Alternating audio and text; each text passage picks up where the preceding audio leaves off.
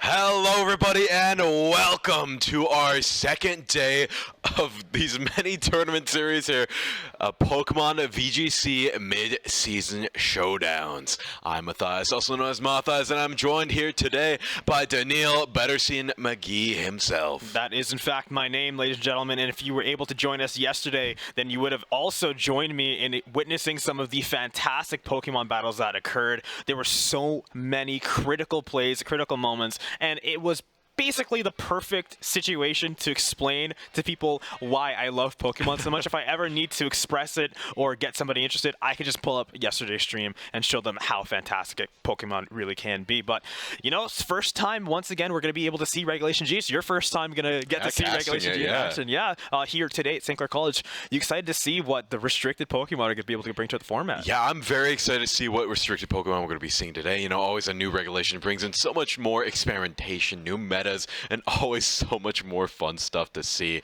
And there's always that element of surprise when you're moving over to a new regulation. But with all that being said, I think I'm going to hand over some team sheets so we can get a look at these regulations. Thank you very much. Beautiful. So, if you're not familiar with Regulation G, now we have more restricted legendaries, but you're only allowed one per team because, of course, you don't want to stack as many legendaries if you could, but we're not there yet.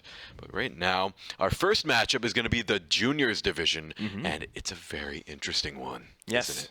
Two of these competitors, both of them have made their Worlds invitations, I believe. So this is more of an exhibition match, so to speak. And also to note, this is more of like a battle of the regions. We have Jackson and Brantley, one from Michigan, one from here in Windsor. So they're here to represent their region, show what they got. Also, of course, to show off the Palkia plush. Of course.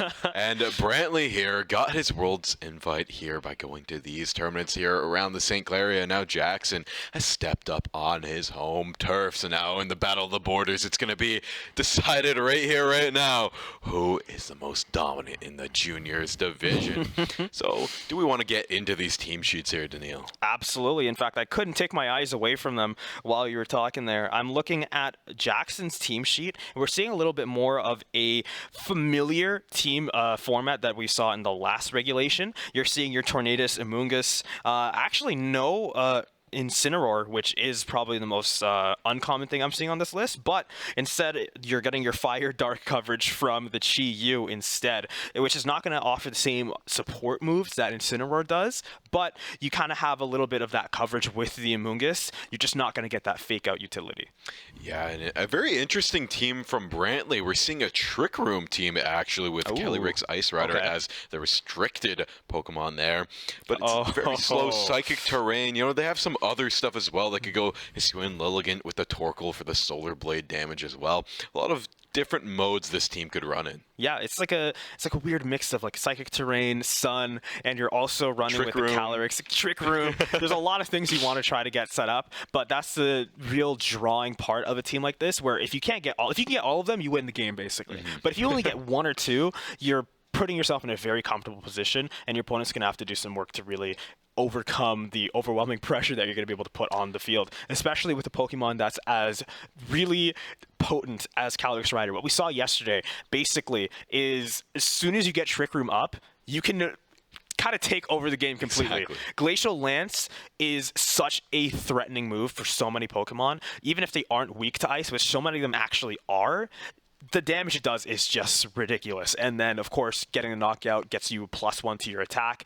And at that point, if Trick Room is up, you're basically sweeping the next Pokemon that comes in regardless. Yeah, but to go over Jackson, he's going to have a very interesting game plan going forward. He's going to try and deal with this Trick Room the best he can, because most of his Mons are more or over half or more leaning on the speed side, so we might not even see him pick it if we see the Hatterene come through in the first game or the first set here, because Terrapagos will probably do relatively well in that Trick Room, but the rest of them a little bit on the fast side, so I don't know. I think this is going to be tricky for Jackson. Here's a big benefit for Jackson's team, though. All of these Pokemon are pretty comfortable taking some solid hits, especially Terrapagos, with its ability. It basically makes the first hit it takes not very effective. Kind of like Wonder Scales or Dragonite's ability, where it's just reduced damage. This one's just going to be reduced damage as well, just reducing it to not very effective. So it's pretty tanky. Urshifu, obviously a very strong attacker, but with those stats it has and the typing, actually this is single strike Urshifu. So defensive typing is not there as much as it would be if it was the surging strikes, for example. But still, the typing's decent enough defensively, and the stats are pretty bulky that it can take 1 or 2 hits pretty comfortably. Flutter Mane is probably the most fragile. Same with Chi-Yu, but you're not looking at like a Shadow Rider. That is a very glass cannon type of Pokemon, or anything like that. With the restricted on this team being the Terapagos, you're looking to get your Stellar up and hopefully some kind of speed or Trick Room, something to make sure it can go first, and then you're looking at the Terra Star Storms to just start sweeping. It's honestly, that's how this regulation's sort of working out, and we saw this yesterday as well. You just want to get your restricted Pokemon in a position to just sweep the entire enemy team and do your best job to protect them as well as possible. Yeah, it's such an interesting little game of strategy there, too. Do you want to try and send them out first? Try and get the setup as quick as you can and take down as many mons that your opponent has before they bring out their powerful one, or do you want to hold it in the back and it is the anchor point for your baton pass team and try and get that finishing one blow at the end? But overall, who would you have to give it to if you had to take a guess right now? One thing I feel is pretty consistent, and it's something that's a prominent threat we've been seeing, especially yesterday, is the Calyrex Ice Rider. That one is just so much more reliable, I feel like. We saw Terapagos yesterday, and both to Eric and I's very big shock, like it actually doesn't do that much, especially depending on the Pokemon that you're going into. It could, like, they can't really survive those hits, and unlike Ice Rider, it's not getting stronger every turn it uses that move, or every turn it gets a knockout. So you're not guaranteed those KOs with Terapagos. But then again, that's the kind of the flip side here. Terapagos is a lot tankier, or more comfortable to take hits than an Ice Rider, for example. Whereas you take one really well placed fire move, your Ice Rider, if not gone, is going to be severely hindered. Whereas Terapagos, its stats are decent, is pretty bulky, it's pretty tanky, and it's going to be able to tank out at least one very solid strike with that ability. So it's hard to say for sure, but just based off of yesterday and the consistency and reliability of that strategy, I might give it over to Brantley. I'd have to agree with you there, but one thing is he does have a lot of psychic coverage here on this team. Brantley could get that psychic terrain up, get that psychic terrain coverage, but honestly, I don't think we're going to see that mode used at all for Brantley, because everything kind of counters out that psychic coverage over on the side of Jackson. Everything's kind of either neutral to it, nothing's weak to it, at least. The Urshifu can even take down the psychic types if need be. Same with the Chi-Yu, which, again, we saw yesterday and kind of realized is in order to get that Terapagos to really be effective, you really do need that Chi-Yu next to you in order to be reducing the special defense of all the Pokemon that you're facing against. But with that Psychic Surge coming out, we're going to have that Psychic Terrain up and active in this first game. We have Jackson versus Brantley, and I'm very excited to see what these trainers are going to be doing for us in this first turn. Yeah, here we are. We have the Chi-Yu and the Urshifu being set out first for Jackson. On the side of Brantley, we have Calyrex and Indeedee female here. Psychic Terrain is up. Let's see what they do. There's the Trick Room setup. Yeah. Looks like he's going to be committed. Let's see how this one plays out. So this is the gamble that you kind of have to take if you are playing that Calyrex setup. You're able to much more reliably get that first turn going in your favor. You have the Indeedee. It's even terrestrializing into more favorable typing to tank some of these moves that might be coming out, and it's going to follow me. So your Calyrex is basically guaranteed to get the Trick Room off. Heat Wave is going to come out. Actually, I kind of completely forgot the fact that it is running Heat Wave. So it's going to be very devastating to take. But with that Wicked Blow, thanks to the terrestrialization, the Indeedee is still going to be able to withstand that. Indeedee is still up, but with the coverage moves from Chi-Yu, Follow Me is not going to be as effective as it needs to be. This Calyrex is on its last legs. It needs to move, and it needs to move quick, and it will through this Trick Room. There's a Glacial Lance. Let's see how strong this is. Wow, almost takes both of them out in one quick move. Follow up. Dazzling Gleam to follow it up. Chi-Yu still up. That Urshifu gonna go down. Yeah, so Chi-Yu, again, this Pokemon is very embodiment of looks can be deceiving. It's so tanky based off of its status, but of course, Calyrex, it's going to fall to that Heat Wave, and that's going to be basically one of your win conditions out of the game. Thankfully, you were able to at least take out the Urshifu, but you really do wish you were able to maintain your Calyrex. Unfortunately, it is what it is. You have to make do with what you got coming out. The Torkoal is going to come out. That's going to actually boost the stats for both the Chi-Yu and Torkoal. I was going to say, this Chi-Yu now is a very dangerous thing to have on the field. If this Chi-Yu can get one more overheat, it is going to be absolutely massive. Great place forward by Jackson, but I have a feeling Brantley has some tricks up his sleeve. Yeah, the thing is, this Chi-Yu is the fastest Pokemon on the field, which means, of course, well, actually, Tornadus is. But in any case, thanks to the Trick Room, it's going to go last, and honestly, it's actually not that tanky. It's just because of the typing. Yes. It was able to resist that Dazzling Gleam. This Chi-Yu is very likely to go down here. We might even see a switch. Actually, no, it is just going to stick through. You're going to let your Chi-Yu go down here. With the Sun and the Helping Hand, the Chi-Yu is very likely to fall even though it's going to resist, and that's going to also take out the Tornadus. Wow. Jackson down to just one Pokemon here, and it's looking to be pretty brutal so far, especially with that Trick Room still up. Yeah, you're not going to be able to do too much against this force coming from this Torkoal. And then single move with one Torkoal blast there from the Eruption. Brantley has completely flipped the setup of this game. Now this Terrapagos has to try and sweep 3 Pokemon. And of course, we're going to see the Terra come out from Terrapagos. Yeah, for sure. Turning into that Stellar form just to make it even stronger than usual. But once again, with this 3v1 being set up by Brantley, sacrificing his Calyrex just to put himself in a good situation here. You don't want to switch it out because then your Torkoal risks taking a little bit too much damage. But even then, you're pretty comfortable taking. It's a pretty tanky Pokemon. But yeah, losing the Calyrex, but it doesn't really matter. You're still able to get your win conditions set up and get ready to go. But wow, honestly, that is really good damage, all things considered. That ability being able to absorb. Wow. But Terra Starstorm is going to come out. It's probably going to KO the Indeedee, but Torkoal should be pretty comfortable taking this hit. It's relatively tanky, but that is a Choice Spec Stellar Starstorm, but it still manages to live through it. But that Eruption now isn't going to be doing as much damage as it used to be. So this is going to be a very close end to this game. And now with the Psychic Terrain down, this Hatterene not going to be doing as much as it could have. It's still going to be a major threat here on the field. Yeah, so this first one's most likely going to go the way of Brantley. But at the very least, you get to see what Pokemon he was going to end up taking out in this first game. He did bring the Hatterene, so maybe Jackson can use that information to take him into the next one. Expanding Force is going to wipe out this Terrapagos to finish off this first game.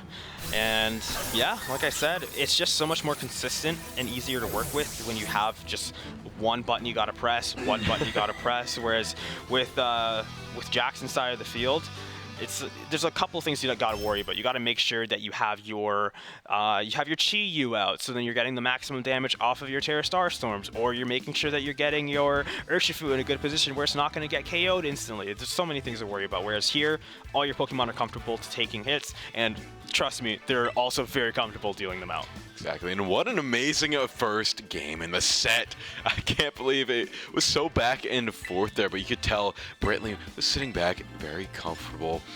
But Jackson also had some amazing strats as well. I'm excited to see how this will end up going in. I like the Chi-Yu. I think Chi-Yu was a star player on Jackson's team. Had a lot of survivability, and it still has a lot of survivability against most of the matchups on Brantley's team. For sure, and that's actually something we didn't get to see too much of yesterday. It's kind of why it caught me off guard. The spread move usage from the Chi-Yu. Usually, I feel like most competitors do bring the Heat Wave, but we didn't really get to see it coming out for the Chi-Yu. But as you're kind of just nudging at me there, the wide guard on that Gallade could actually be the next considered play for Brantley. Of course, you do lose out on the ability to use follow me, but if you get the right read, it might not even matter. Yeah, there's a lot of coverage moves on the side of Jackson that would block the Chi-Yu's overheat and the Starstorm from Tarapago. So very good choice. I have a feeling this Gallade might be back there in the pocket, but now you're seeing the Hatterene lead. I see. So you don't even want to have to worry about the Heat Wave here. Both of these Pokemon, they're not weak to fire. They're going to be able to take it pretty comfortably. And honestly, again, they'll be able to dish out a lot of damage. You're going to get your Trick Room off as well. Or is that Indeedee? Oh, it does have Trick Room. I think this Indeedee is going to be using the Trick Room, and then the Hatterene is just protecting, so that it's Jackson. It would very smart to hit the Hatterene, but of course, Urshifu, it does have Unseen Fist, so it still very much could knock out. Oh, that Dark Balls. I'm surprised it was able to withstand that one, but Iron Head is actually going to be the play, and of course, it's going to go through that Protect. Trick Room going to be the next usage here. I'm curious to know why there was no usage of the Wicked Blow, but I think it might have been a call out predicting the Terra type, but it actually is a Terra Psychic, so it's just a hard call out, potentially even baiting out the switch to hit with the Iron. Oh, but there's the usage there. It's going to be devastating to the Urshifu, and of course that Chi-Yu as well, taking so much damage and getting it cleaned up pretty comfortably. Oh, actually, never mind. It's going to tank that one. Very 1-for-1 trade there. There it is, knocking out the Indeedee. It's a 1-for-1 trade right now. But all things considered, I feel like Brantley's in a much more comfortable position to deal with the overwhelming force that Jackson is capable of bringing, just because his force is even more overwhelming and he gets to go first. Exactly. That Trick Room setup is absolutely so beneficial for Brantley right now, especially throwing out the Flutter Mane. The fastest one in the field is now the slowest. So this Flutter Mane is not going to get the use that it should be getting here. Unfortunately, it is very likely that it's going to have to take a huge Glacial Lance, and it's also going to get +1 if it knocks out Chi-Yu. Once again as well, Hatterene is going to be using those coverage moves to do so much damage with that Psychic Terrain up as well. Using the Protect. Oh, actually using Protect, my mistake, I misread that there. And that's going to just make sure that it's not going to be able to take any damage, which is most likely trying to get the pick off onto the Hatterene. But that's going to be a double KO for Brantley to start this next turn, and you're not going to be able to get any type of follow-up. Yeah, with that energy boost or booster energy on the Flutter Mane, there's not an opportunity to tank one-hit moves with a move or with an item like a Focus Sash. So unfortunately, it is a very vulnerable Pokemon, and it's going to go down because of that fact. Once again, we're looking at the last Pokemon being Terrapagos. Yeah, here we are, Terrapagos being the last one standing once again. And now, with this Calyrex boosted by attack, things are looking very good for Brantley. He has done so many good reads here today. He is about to end the game with one more Glacial Lance. That should just about do it. Yeah, I feel even though it's not low or anything, with the boost that is received, this Glacial Lance might still knock it out. Especially now, since it's only one Pokemon on the field, it's not going to have the reduced power that comes from being its spread move. It's just going to be able to single target this one Terrapagos and do overwhelming damage. And of course, if it doesn't succeed, then, you know, Hatterene's there to finish the job. So let's see what's going to come out here. Expanding Force, the first move to come out, and it's going to be able to tank that one. Going to lose some of his HP because of Life Orb and Glacial Lance. The last move here of the game, knocking out Terrapagos. That's going to be Brantley taking 2-0 over Jackson. Yeah, brilliant plays by Brantley. He takes this set, winning the battle between Michigan and Windsor, winning it all right now. And congrats to Jackson. He played very well as well. But Brantley just had that little bit of a better team comp here in Regulation G. Yeah, again, I feel with the matchup that was kind of let out, you have two Pokemon that want to get their spread moves out and just deal as much damage as possible. But because of the nature of the team compositions, I feel like it's just a lot easier for the Calyrex to be able to succeed in that regard. Chi-Yu representing a huge threat to that Calyrex. Unfortunately, Brantley made the read and was able to switch in some more favorable matchups for that first turn in the Hatterene and the Indeedee. Your Chi-Yu, unfortunately, just taking too much damage to really make any kind of follow-up plays after that first turn. Yeah, I think maybe I would have liked... Well, I think they both played very well, and I think maybe Terrapaga's leading would have been Actually, I think more. you're right. Would have been a little bit riskier, depending on the sure. matchup. But because it's so tanky, it being in the backline, it just does not get the use that I think we could have seen out of it. It could have been a really good starter, even if it was not as dominant. It's not as much setup moves, but just hammering away, maybe even stalling out some of those trick rooms would have gave Jackson a little bit more time. One thing I'm immediately thinking about as well is potentially using the Amoonguss, which is also a pretty slow Pokemon, so it fares pretty well in the Trick Room, and also being able to use some moves to start things off, like with that Spore or any kind of follow-up like that. Of course, with the Indeedee, it's a little hard because it does have Follow Me, but if you put it to sleep, then the next turns afterwards, maybe you could try to get some spread damage done with, your Chi-Yu. But in any case, that's game one kind of set in stone and completed. Brantley is going to overcome with a 2-0 lead, but we're still getting ready for the next games coming up as well. We're going to have 5 rounds of Swiss today before we get into our top cut, so we still have a lot of action here, ladies and gentlemen. Before we send it off to a quick break, once again, Matthias, what are you excited to see coming forward today?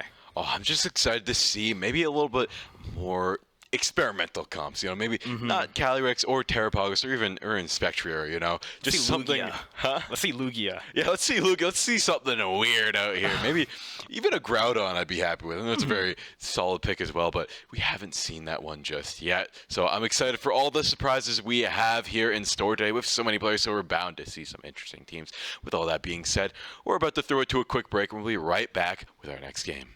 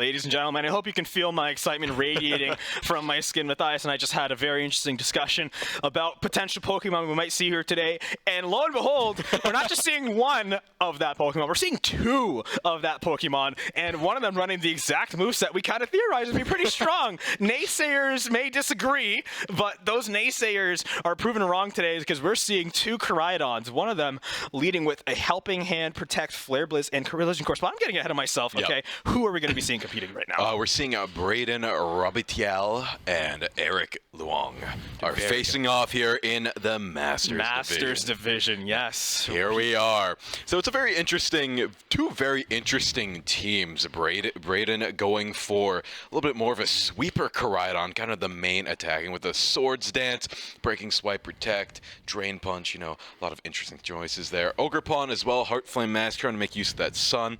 And usually the other typical picks, Rillaboom, Fear Giraffe, in case you want that Trick Room, Tornadus, and Urshifu Single Strike. So very interesting team there. But I would say the even more interesting team is over on Eric's side. You have Koraidon, very similar moves, right? It also has Helping Hand to try and be a flex support mon as well as doing damage. For sure. One thing I'm also noticing here with Eric Luong's team is that Typhlosion Hisui form.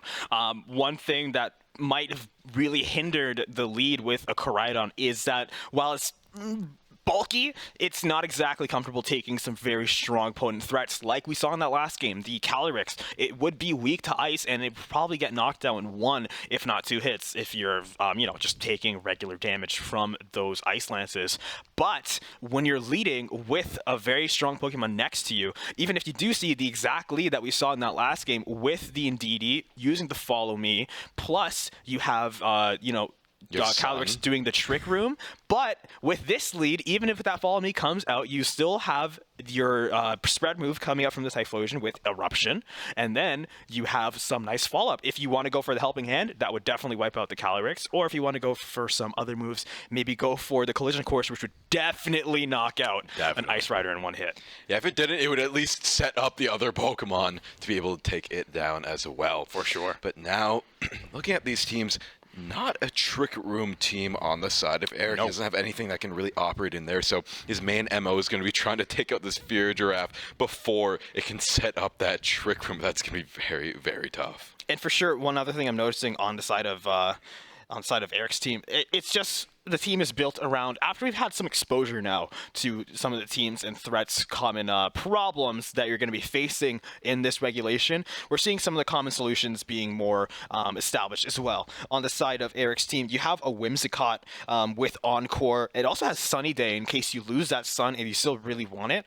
And Rhyperior with Lightning Rod. So that's interesting. Yeah, the prominence of electric-type moves being some of the more attack-based typings. Some of the more attack-based typings in this format right now is electric and ice, if you ask Here we are, both leads gonna be Koraidon with the Orichalcum Pulse.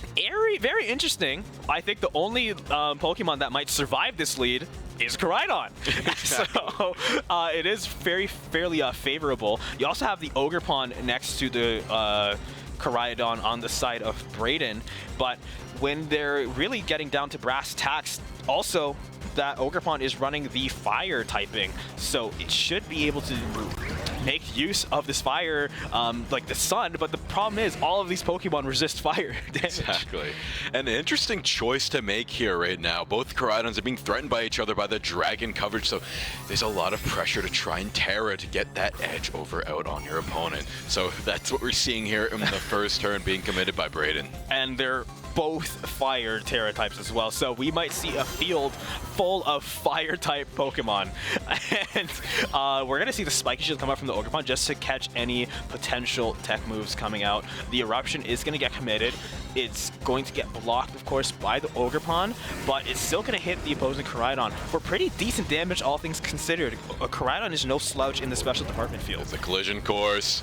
How much will that do against Terrifier? Wow, almost knocks it out. Almost knocks it out, and that's not even effective against it. Breaking Swipe, I really like the move usage here. It's going to be super effective against Koraidon, and it's also going to reduce the physical damage that's going to come out from it as well. Unfortunately, Typhlosion is primarily going to be using special attacks right now because it's Overheat and Eruption, but still, it's a good move. It's going to do enough damage to at least threaten them with one more hit from any other move. Ogerpon's going to get switched out, and next up, we're probably going to see the debut of the Farigiraf. Interested to see what he's going to try to accomplish with that one here. I don't think he wants the Trick Room just yet, but actually I think he does because this Koraidon is on its last legs here. Gonna commit the Protect. The Eruption comes out once again. Getting protected, this Farigiraf's gonna have to tank an Eruption in Sun, and it does. That is one tanky Pokemon. Yeah. With the Collision Course, he read the Protect, still gonna hit, and even through not very effectiveness, that takes it out. That is going to be massive. The Farigiraf is already out, but thanks to the reduced damage from Eruption, since it's lower HP, it's not going to be enough to knock it out immediately, but it is still going to fall regardless. I just realized that it's not even not very effective because of the normal typing. Oh, it's a normal. I thought it was Psychic. Interesting. It is Psychic. It's normal Psychic. The double type coverage removes that yes. resistance to fighting. Very good. It seems fighting type moves are actually pretty solid right now in this regulation, especially with some of the more prominent threats we're seeing. Collision Course just showing that, you know, Electro Drift isn't the only threatening signature move here, as well as a Glacial Lance. You don't need it to be a spread move for it to be threatening. It's a very powerful attack indeed. Fake Out most likely going to be the pick here. You want to utilize it as your first move for the turn. Yeah, this is interesting. He likes this Trick Room because he's just ever so slightly slower than the enemy Koraidon, but now Eric, reading that situation, is going to go for the switch out, and that Breaking Swipe is going to reduce the attack of this Whimsicott, which is still going to sting at least. Actually, no, because it's a Fairy type, it's not going to get hit by it at all. And the Eruption once again going to come out. This Typhlosion is so low that it's not going to one hit the Rillaboom, but it is going to take down the Koraidon over on Brayden's side. I'm sure he was prepared for this situation. This is just going to allow him basically to switch back in his Ogerpon, and while it is the case that Sun should be running out soon, this Ogerpon is still going to be more than capable of dishing out some serious damage, especially against this Whimsicott. Yeah, this Ogerpon going to be a big threat on this field, especially for this Ogerpon. Sun is still up, so this Ivy Cudgel is going to do a lot of damage. This Typhlosion, this Eruption isn't doing as much as it should be right now. So now, I think we're going to see a little bit of a switch up in the game plan. Let's see what Eric is going to do here. He's been playing this so well so far. Yeah, just getting all the right reads, using all the right leads. He's really playing at the peak of really what you could be expecting in a move like this, and that's not to take anything away from Brayden, of course, making the best out of the situations that Eric's is putting him in and making some really smart moves. Again, really, of course, it is probably the best play to go for in that last turn, just let your Koraidon go down, but it is a very important choice to make nonetheless, and just set yourself up for as much success as you can into the next turn. So Raging Bolt is going to be making its debut, and of course, thanks to that Sun, it's going to be boosting special attack. Wow. It's very interesting how we're seeing things kind of turn out right now. I'll comment on it a little bit here, but Raging Bolt is going to resist that thanks to its Dragon typing, and of course, Moonblast is going to hit Rillaboom as well. Ivy Cudgel is coming out, going to knock out the Whimsicott, but I believe it has Sash, which, yes, that is a conventional move to equip on this Pokemon or item. So next up is probably going to get one last move off here, and if it's going to go for anything, it might go for Encore. That wouldn't be the worst move to go for. Actually, who else do you got? You have a Koraidon in the back. Maybe you do. The high horsepower is going to threaten that Raging Bolt. It's tanky enough to live one, but with the Ivy Cudgel being boosted by Sun as well, that's going to sting quite a bit. Well, Elwyn coming out though. With this Dying Breath, it gets the Tailwind up for his team. It might last another turn or so, too. The Weather Ball with the Sun, though, that's going to stink so much. And now, wow, down to one. This Ogerpon has to take the 1v4. But if any Pokemon could do it, it might be this Ogerpon. Such a very flexible Pokemon, but of course, more than likely with Eric having every single one of his Pokemon available still, it would be pretty difficult to come back for a situation like this. He's got a few of them quite low, but I don't think this Ogerpon is going to be able to do this. It's going to have to be an absolute mastery. Yes, there's going to be a forfeit right there. Good class from Brayden there, knowing that Eric was just so dominant in that game. Managed to play that one all the way to the end, and we didn't see. I like the flexibility from Eric's team. There's so many areas it can do, and it has so much coverage. For sure, and again, that's what I'm really drawn to with this team as well. It feels like very often you'll have like two different kind of approaches to team building. That's one is to go for your own game plan, or two is to build around the common game plan and try to beat that as well as possible. I feel like Eric's team does a very, very good job of satisfying both of those team building conditions, as well as still remaining flexible and allowing a lot of different opportunities to really excel in any matchup you're being put in. Again, this is a situation where it's as close to a mirror match as you're going to see, really, where they're both running very similar leads, very similar kind of strategies, at least in the first couple of turns. The field was literally full of fire types in that first turn, but still, with Eric's team, with the coverage he has, with the moves he has, all the different strategies he was able to pull out, he was able to really stretch that advantage as long as possible and turn into a victory. Yeah, and I think we're going to be seeing more and more Koraidons. I know we saw a lot of Calyrex yesterday, but, you know, now that people are figuring out that Calyrex, very, very strong, big threat, I think people are waking up to the idea of Koraidon being a big threat. A lot of coverage on the side of Koraidon. There's a few weaknesses, but Sun is just so much better right now, I think, than even the electric terrain from the Rhydon. Sure, I think it's stronger in a vacuum, but with so many field setters right now in the meta, it's a little bit dangerous to bring out Koraidon. Another thing that I'm kind of considering is with that electric terrain, you don't really see the Paradox future types really benefiting from the electric terrain very often. But just in that one, we saw photosynthesis actually being relevant, which again, you don't really see too often with Miraidon, but Koraidon setting that Sun is just so valuable. It's just so valuable, and you get so much off of it. But Eric Luong leading with that same two Pokemon, similar coming up from Brayden, but this time he's got the Farigiraf right next to him instead. Yeah, with no follow me, this Farigiraf is going to be focused, I think, by everybody on the side of Eric. So a lot of threat. You just got to hope it's bulky enough to outlast an eruption and probably a collision course as well. What I would expect from the side of Brayden, and I think what he is going for there, I didn't see what he selected. He might have gone for Sword Stance to just get himself some setup. I think he selected Trick Room on Farigiraf? Okay, so he might be trying to get himself in a position where, very similar lead to what we saw in Brantley's game, right? You sacrifice your first turn. Oh, Terra, he's going to go on. Terrafire, he wants to go for it. So many things stacked on top of each other right now. Wow, it's very, very much like, yeah, Fire in Sun with spread moves can do a lot of damage. Eruption, namely, is going to be devastating here. I wouldn't be surprised to see a knockout, but no, Farigiraf hanging on by could have been a low roll as well. Collision Course is actually going to get committed onto the opposing Koraidon. He just wants to get it low, and it's actually going to survive on 1 HP. So we're looking at 1 to 3 here. Both of these Pokemon just hang on by thread. Very interesting. This Choice Scarf just being such a very valuable item on this Typhlosion, but now with Trick Room up, with the Helping Hand Breaking Swipe, maybe we could see something. Yeah, with the Sword Stance as well, it could take down the I think it actually might. And then the next turn, right? That Eruption's not going to be doing as much as it used to, but they're still so low at 1 and 3 HP respectively. I think this is the last turn we're going to see from these two leads on the side of Brayden. Unless Eric brought out Rhyperior, he's not going to get to act first next turn. So he's probably going to be... Oh, we see the switch. You might be right. Maybe? Let's see.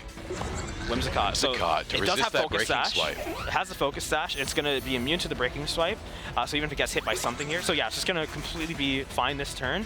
And does Koraidon have Protect? Yes, it does. So he's going to protect this turn. Wow. Perfect Great pivot. Read by Eric. Perfect pivot. Great read. Breaking Swipe is going to be completely blocked out. The Fairy typing really coming in clutch off of this Whimsicott. And now what this Whimsicott's more than likely going to do is, I'm not sure. There's so many things that could be beneficial. You probably don't want to set up a Tailwind right now. Moonblast, I mean, you're going to be baiting out the double commit from both of the Pokemon because neither of them have coverage moves. Actually, no, I think Farigiraf has Hyper Voice. So you could bank on... I don't know, this is just such a tough call. Yeah, there's so many tough calls to make here. Breaking Swipe, but it doesn't hit... Brayden is in a really good position to do one devastating move, but Eric just has so many defensive options at his hands right now, and there's the Terra. I think that's a Terra Fire? Yeah, that's a Terrifier onto the Koraidon. Helping Hand of his own. There's no cover, or there's no spread moves on the Whimsicott either, so both of these players really just want to try to maximize their spread as much as possible, but they don't have spread. Outside of the breaking swipe. Oh, he's actually going to go for the Drain Punch. Wow, that's yeah, gonna Helping KO. Hand. That's amazing. And Drain Punch going to get him. Wow, that's a lot of That's HP. good. That's good damage right there. I didn't realize that this Koraidon actually had that Drain Punch. Very versatile, flexible Pokemon, but the Moonblast is going to come out, and thanks to the Terra, it's going to stick through. Absolutely amazing play from Britton. He is now controlling the pace of this game. Raging Bolt out, gonna use that photosynthesis here, get a little bit of boost, but is that enough to try and take down this Koraidon? You need to try and take down at least one of these strong opponents here, because this Farigiraf is just gonna be an absolutely strong support going forward. Does have Thunderclap though, the priority move here. If it's basically electric type Sucker Punch, if your opponent uses an attacking move, you're gonna go before and hit them first. But of course, your opponent probably going to be assuming that's the play you're going to go for. Can you expect them to go for something different? So that's going to be the first Helping Hand. That's a priority move. But Draco Meteor. Wow. It's slower. It's slower? I guess it is. And so it's going to get hit by that Draco Meteor. It's going to go down immediately. That we would have seen that Thunderclap. Koraidon is now out of the game here. Eric, he knows his numbers. He's crunching them. He knows who's slower than the opponent here, and Moonblast probably going to take down this Farigiraf. I don't even know why I said probably. Definitely, we got 3 HP, right? And now Brayden down to his last 2 Pokemon versus Eric's 3 here. Ooh, not bad last 2 to have, though, in this scenario. We have the Ogerpon. That's going to be a big threat on the Whimsicott. This Urshifu going to be a big threat as well. But now, as this Trick Room is going to peter out in just a few more turns, I think we're going to see a Tailwind come up. Potentially. Whimsicott still hasn't taken any damage, so you're guaranteed to get at least 1 more turn of usage out of this Pokemon. Raging Bolt, however, still at full HP, running with Special Vest, or an Assault Vest. Interestingly enough, that's not really going to matter much here because we have 2 physical attackers. Again, it's very uncommon. You see the physical attacks be very prevalent. A lot of the Pokemon right now in this format are heavy special attackers, but of course Urshifu definitely on the opposite side of that spectrum. He's going to want to hit first and hit hard. Follow Me is going to come out, however, to absorb any moves that are going to be threatening his Urshifu, and that's going to be the Weather Ball absorbed by this Fire-type Ogerpon, of course, so it's not going to be doing too... What? Crit! Takes down the Ogerpon in the sun, and now it looks like Brayden is down to just 1 last Pokemon. Wicked Blow hitting, doing a good amount of damage, but a crit taking him down is absolutely massive. Focus Sash brings him down to 1, but at the end of the day, it's looking like Eric has won that off of a crit. Oh, I forgot it's still Grass type. Ogerpon is Fire and Grass, so because of this, the sun and the crit and the boosted special, that's definitely going to be KO. I don't even think the crit mattered. I mean, it definitely helps. I'm not sure if it was the... Depends on the role of the move, so it definitely helped a little bit, but for sure that just was an amazing showing from Eric, bringing out the Koraidon. The Koraidon Ditto even was just absolutely beautiful to watch. A lot of mind games on both sides. Yeah, and you can even see a little bit of the disbelief on Eric's face there that last turn. Again, he was still, in my opinion, at least favored to win out just based off of the positioning and how things were kind of going through there, but honestly, wow, Koraidon, definitely a beast of a Pokemon. I think so for sure. Definitely. I'm trying to think of matchups that it would be bad in the current against Koraidon. Even over there, when they're talking, I think it's would be the only thing that it would have some trouble against. But then that's why you have the rest of the team, and that's why you would have the Helping Hand to try and make it a little bit more of a support. Is Shadow Rider gonna withstand a Fire Terra Eruption, Scarfed Typhlosion in Sun with Helping Hand? Exactly. I don't think so, ladies and gentlemen. If that Typhlosion doesn't even have to use the Eruption, it could go Shadow Ball. It has a few other options in its moveset. It'd probably be safer. Actually, no, you're right. Because if you're, we saw yesterday Wide Guard being such a huge threat. You know, a Pokemon like Ice Rider is kind of, shoehorned into only using the spread move. That's its only real threat. But a Pokemon like Koraidon, it kind of specializes in just so much flexibility. You could even run Earthquake if you really want to, and you can get so much done. There's so many Pokemon that are good with it. You don't have to dedicate dedicate your whole team to protecting it like so many teams are kind of forced into. It's just such a flexible Pokemon. You can do a lot. It's kind of just more of a flex pick than like the hyper carry that Calyrex is. A very strong Pokemon as well, don't get me wrong, but now we're seeing Koraidon going up there, being a little bit more of a flexible pick. But now, looking at the teams, I just want to comment on Sun, as there's so many good options with Sun. Grass types benefit from it, fire types benefit from it. Like, so many Pokemon benefit from Sun, and there's not that much competition with weather nowadays, unless you're up against a Calyrex that wants Pelipper. the Pelipper maybe for the wide guard, or like unless there's snow or rain, there's not that much that's gonna stop you there. Not at all. And even now, I'm just thinking a little bit more about the common threats in this format. Again, I don't want to go too hard on this Koraidon thing, Exactly. but I think it is just such a smart pick, where what it lets you do, what it lets you get away with, and the opportunities that it opens up for you. Very excited to see where people take this, and very excited to see what we're going to be seeing in round 3. Exactly. Round 3 is going to be coming up very soon. So we have Koraidon matchups and so much more. So don't go anywhere. We're going to throw it to a very quick break.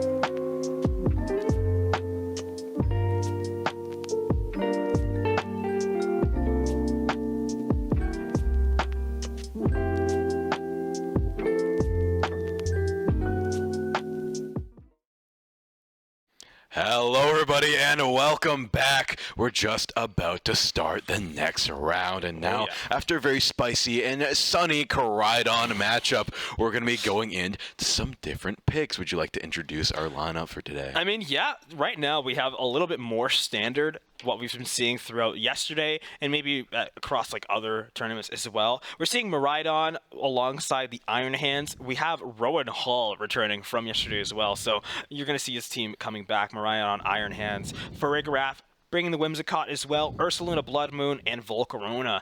It's going to be a solid team all around. Again, very strong heavy hitters.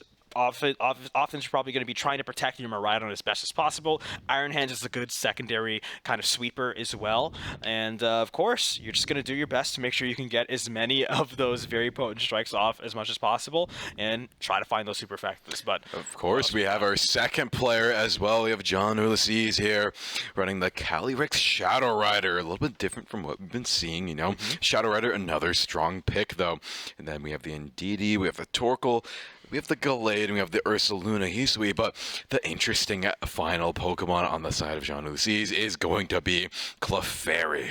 Yes, Clefairy, one of my personal favorite Pokemon, but probably not for the reasons that it's other people's favorite Pokemon. I will always use Metronome if given the opportunity, but of course, in a little bit more of a competitive situation here, you're going to be seeing Clefairy without Metronome, and it's going to be using the Eviolite, and it's going to have Endeavor, Helping Hand, Follow Me, and Protect. So I think I have a pretty good idea of how this Clefairy is going to want to try playing. I wouldn't be surprised if we see Trick Room, and we do on the Indeedee. So potentially a good Trick Room setup if you're not going to be relying on your Shadow Rider to get things started off. It could be a good kind of counterplay. You know, if you lose your Calyrex, you could try to get some stuff set up, but you have your Torkoal as well.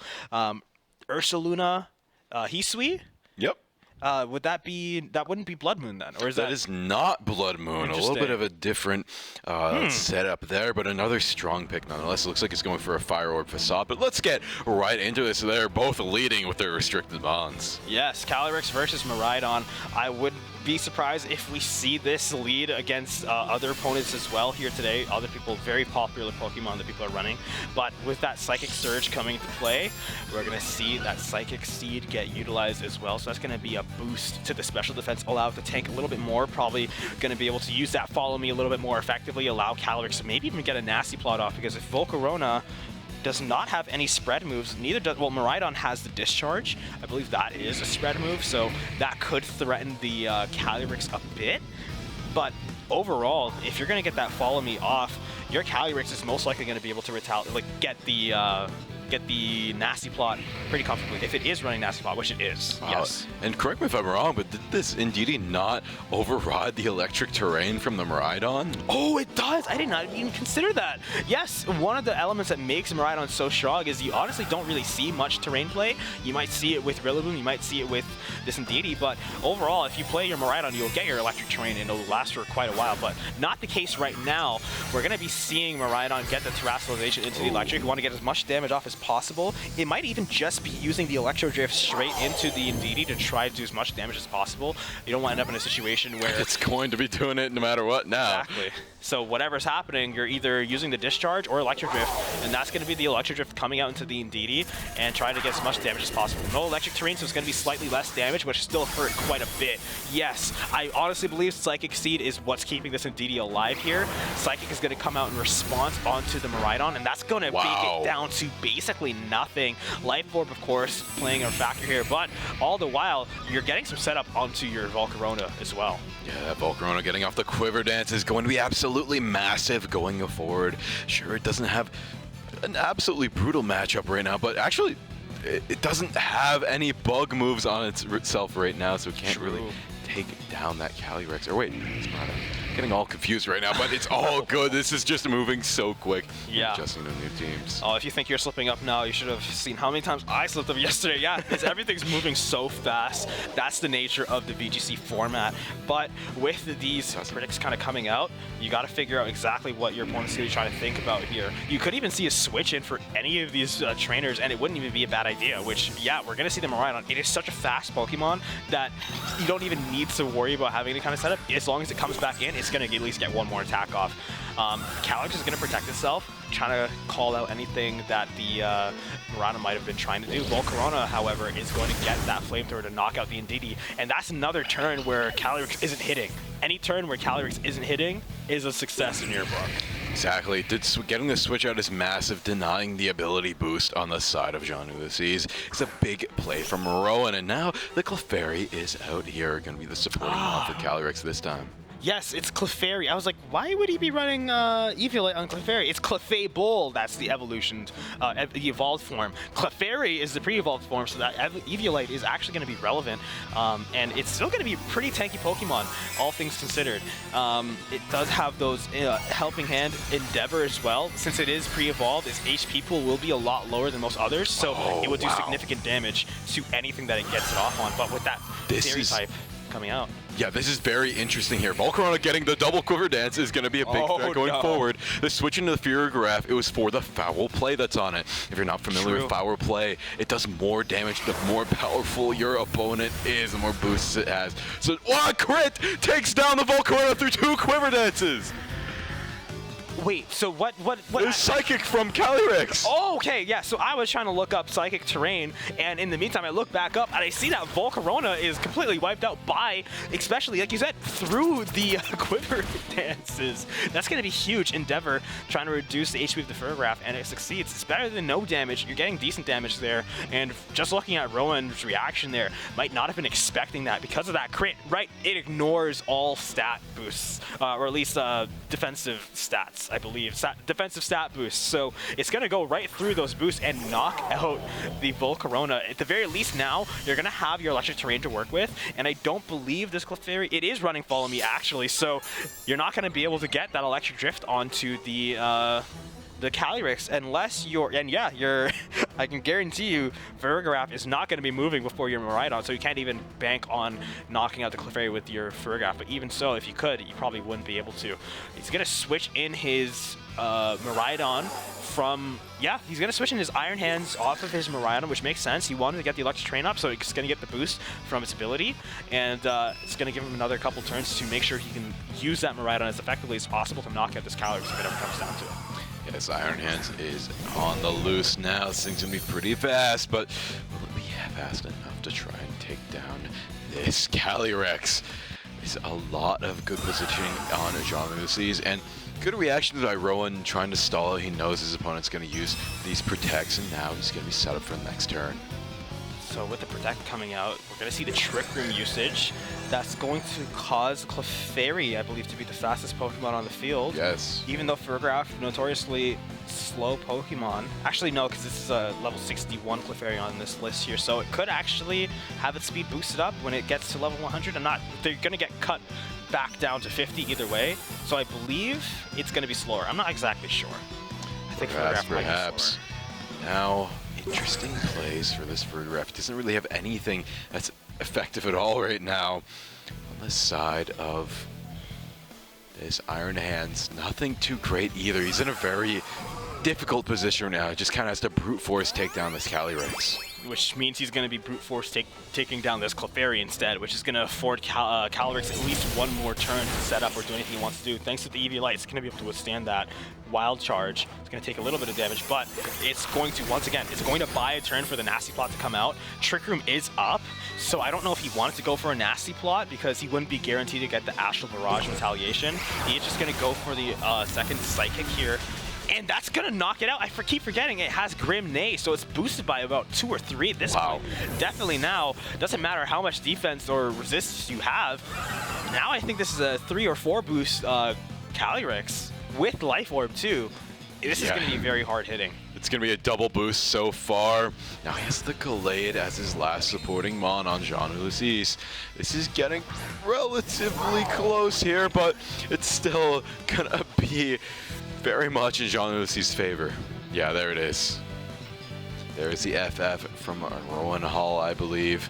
So Jean-Ulysses is going to be the first one to take this set. And I really I understand why he went for it there. There really just is not a lot realistically you could have done on his side of the field to overcome. I don't remember for sure, but I think that Shadow Rider might have been full HP.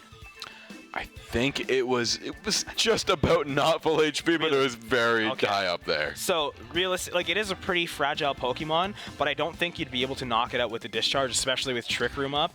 That would have ended up having Farigiraf would have gone first, and then Clefairy as well, or one of them would have gone first. There's just so many things that would have prevented you from being able to knock out that Calyrex. It might have even been able to get the Astral Barrage, despite the fact that it will be moving last, if not second to last. But that just goes to show the power of Trick Room there. It afforded him even more turns to be able to last through. Otherwise, Astral Barrage, after a single boost, would have probably swept the entire team.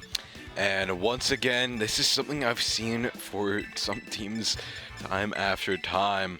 There is nothing on the side of Rowan Hall that can deal with a Terra Fairy defensive type. He has nothing that is super effective against Fairy.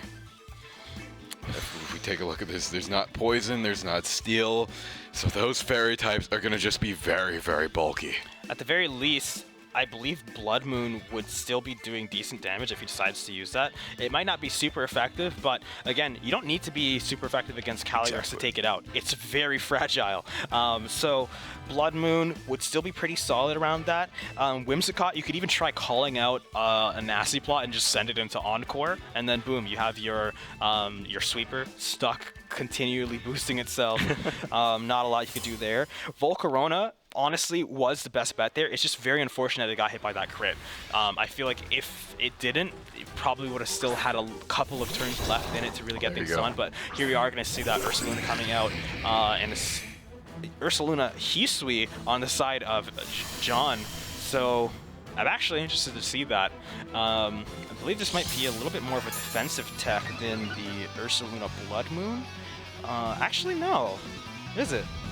Oh, this one's a lower level than the other one. So I think the regular Ursaluna might have some more defensive capabilities. I'm not too sure about that. As a Pokemon I don't see very often, it's always usually the Blood Moon. So I'm not too familiar with how this regular Hisui Ursaluna is going to be playing. But we're going to see the switch into the Miraidon immediately.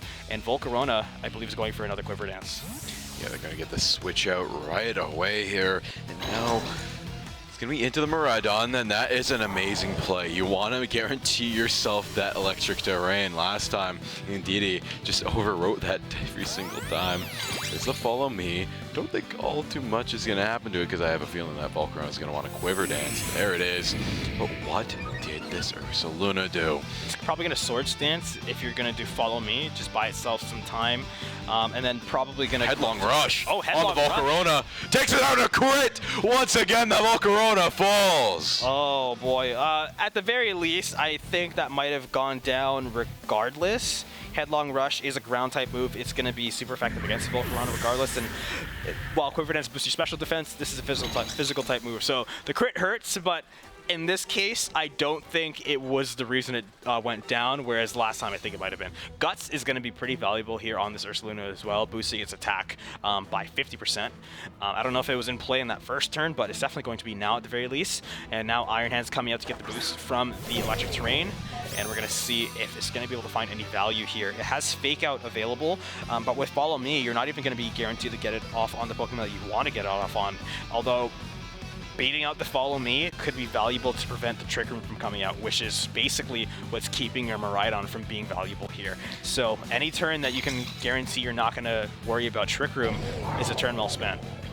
Exactly, and now this is going to be very dicey. This Headlong Rush doing so much pressure from Jean.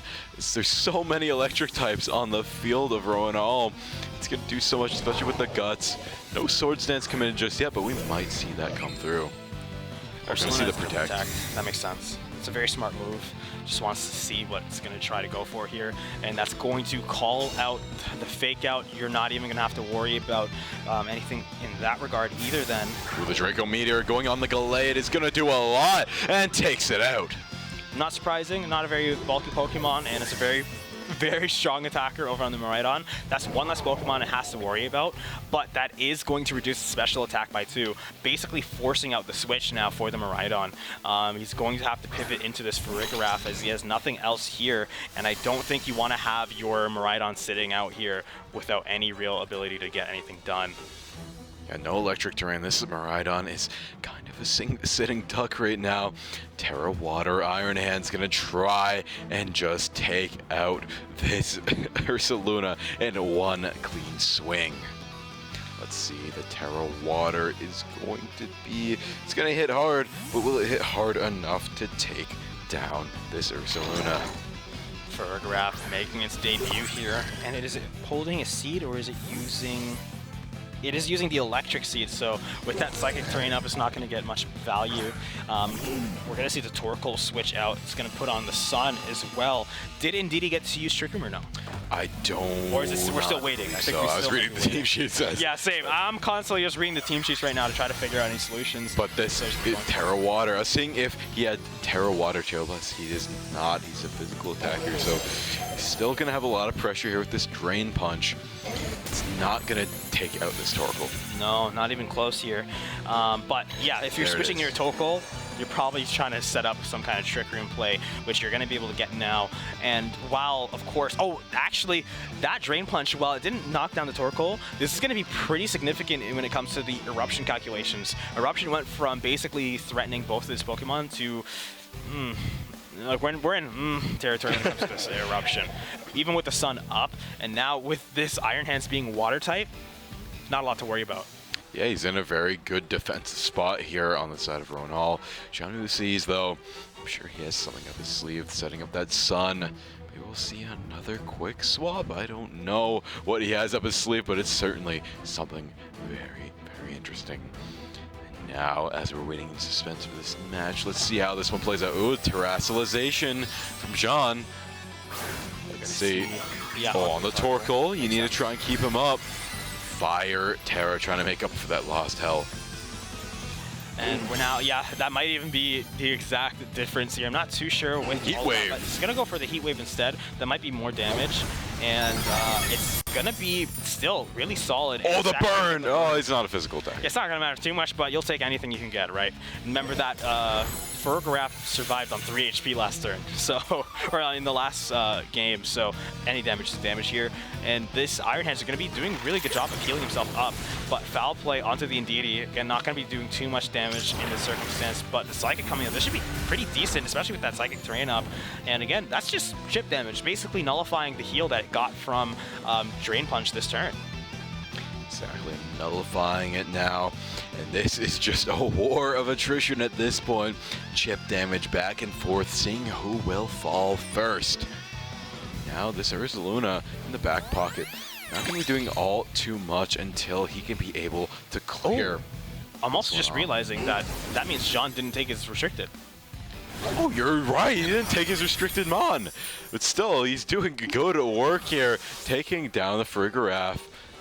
But it's a very tricky situation. The Volt Switch doesn't take down the Indeedee. Even Good damage, though. And now, going back, going to throw the Miraidon, bring up the Electric Terrain. Both types benefiting from it will be up. But will that be enough to take down this Ursaluna? What I think might be the threat here on the side of Rowan is actually, at this point, Discharge. I think both of these Pokemon are low enough that it could be pretty scary, especially with that Electric Terrain up. Discharge plus basically any follow-up from the Iron Hands could be pretty solid, even if you just keep spamming out the Drain Punch. Or with now, you're going to have the Fake Out. You're basically forcing Indeedee to follow me if you don't want to basically lose your turn here. You're forcing the Follow Me to come out from the Indeedee, or you're forcing out a switch so that the Fake Out doesn't find any value and you're bringing back out your Ursaluna. But if you do that, then you're opening up your Ursaluna to taking a huge hit from Miraidon. But I think Ursaluna is ground type, isn't it? It is, yes. I think it's Ground Rock. Or something around there. It's normal rock, but either way, it's very, very strong. Jay is sending out the Ursaluna once again, sending out the main carry. He wants to try to keep that Indeedee in the back pocket to flood out that Electric Terrain. As now, whoever lays down the terrain last with the one, a crit on the Miraidon. Both are very, very low. Wild Charge doesn't affect Ursaluna. And now with the Draco Meteor coming down, Torkoal's going to go down. But so is this Electric Terrain. Amazing plays from Jean. But now with that Draco Meteor coming into play, you're going to be seeing this Miraidon doing basically no damage anymore. And this is where you need your Miraidon the most, if anything, especially if that Draco Meteor was to go into the Ursaluna instead. That would be the situation you're looking for, because you're still getting all that huge damage that you're getting from the Choice Specs. And again, it has Choice Specs, so it's forced to continue Draco Meteoring. So thankfully, with the boosts that are in play with the Choice Specs, I mean, thankfully, you're still going to be doing pretty decent damage, but I don't think you're going to be able to threaten the KO onto the Ursaluna at full HP here. But we're going to see Miraidon going first to knock out... Actually, no, Ursaluna is going to go first. He's going to knock out the Iron Hands. This is more or less the game here, because I think Trick Room is still up. Yeah, Trick Room, I believe, is still up in this circumstance, and that's going to be the KO going from John. Gonna knock out the Indeedee at the very least, bringing it down to at least a 1v1 situation, but this one is definitely heavily favoring this Ursaluna. Definitely, and if Trick Room is still up, this Ursaluna will be acting first, so even a lucky crit might not even be on the table. But oh, goes down. This Miraidon has one last move in the pocket. If it crits, it'd be... Oh, it's even worse. It missed. The Facade comes through, and Ursaluna wins Jean-Lucy Serrano Alpine the victory. Beautiful plays coming out. Again, we saw it yesterday before as well, where you don't bring your restricted, but you're still finding insane value off of the Pokemon that you do bring in instead. And it just goes to show, right, the restricted format, you're allowed to bring in a legendary, but the legendaries aren't instant win conditions. You know, you like your Calyrex Shadow there would have just gotten knocked out when it switched in from both of those Pokemon using the Electric type, or the Iron Hands using the Wild Charge into it. It would have got knocked out. The Ursaluna, being a ground type, just finding so much value, and even just defensively, it's just so much tankier. It was able to do so much more and still do so much damage with all of those different moves it has at its disposal as well. It was just so flexible as a defensive and offensive threat for this team. Exactly, and just John had so many good plays in there. Rowan had a very good job at keeping pace, but John was definitely the pace setter for this set. He was creating so many very difficult scenarios and difficult choices for Rowan, just always pressuring with that Indeedee, clearing that Electric Terrain. And that's something I want to iterate once again, not to bring up the Koraidon once again, but Sun is a little bit harder to get rid of, right? Because it's just Pelipper that you have to worry about when you're running the Koraidon team in the latest meta. But, you know, there's so many terrain setters in the current meta. There's Rillaboom, there's Indeedee, and That's basically that's basically. But they're two there's more very than strong one. ones that we see often. You'll see Rillaboom just splashed into different teams, right? Whereas Indeedee is more kind of your team is integrated with. You'll see a lot more psychic types and stuff that will play off of the psychic terrain. Rillaboom, you'll just see that on any random team, and that's something you got to worry about with your electric terrain. And we saw it actually mattered there. It's not just a thing like, oh, whatever, I'm still going to do my game plan. The electric terrain not being present affected a couple of those interactions that might have been huge there. But ultimately, what I'm really taking away from these last couple of games we've seen, and I think we're going to expect to see some of those coming up in the next round, is the value of Follow Me. With these restricted Pokemon, a lot of them being so devastating with their single target moves. Again, Miraidon not even being able to use really the Electro Drift in any effective manner because the Indeedee able to tank it through with the Follow Me, with the Psychic Seed, high special defense. You're not able to find those moves onto the Pokemon that you really want to find them onto. And another thing, I pointed this out at the beginning, didn't really come into play after the first set, but there's very little attacking coverage for these fairy types. Sure, you can try and hit it with those neutral damage, but that's wasting a turn or two is absolutely imperative here. And when there's still some good steel type moves in the game. When we saw that one steel type move, we saw the like Iron Head from That was decent, yeah. Brantley's It's good Urshifu. coverage. Yeah, but other than that, it's really the most reliable kind of coverage you have against the fairy, and you don't really want to run it in most It's other also situations. good against ice as well. Oh, I guess, yeah, it is. Hey, you know, the rise of the ice types, you never know. But ladies and gentlemen, while we're getting ready for the next round, don't go anywhere too far because the action is not too far away. So stay tuned. We'll see you guys very soon.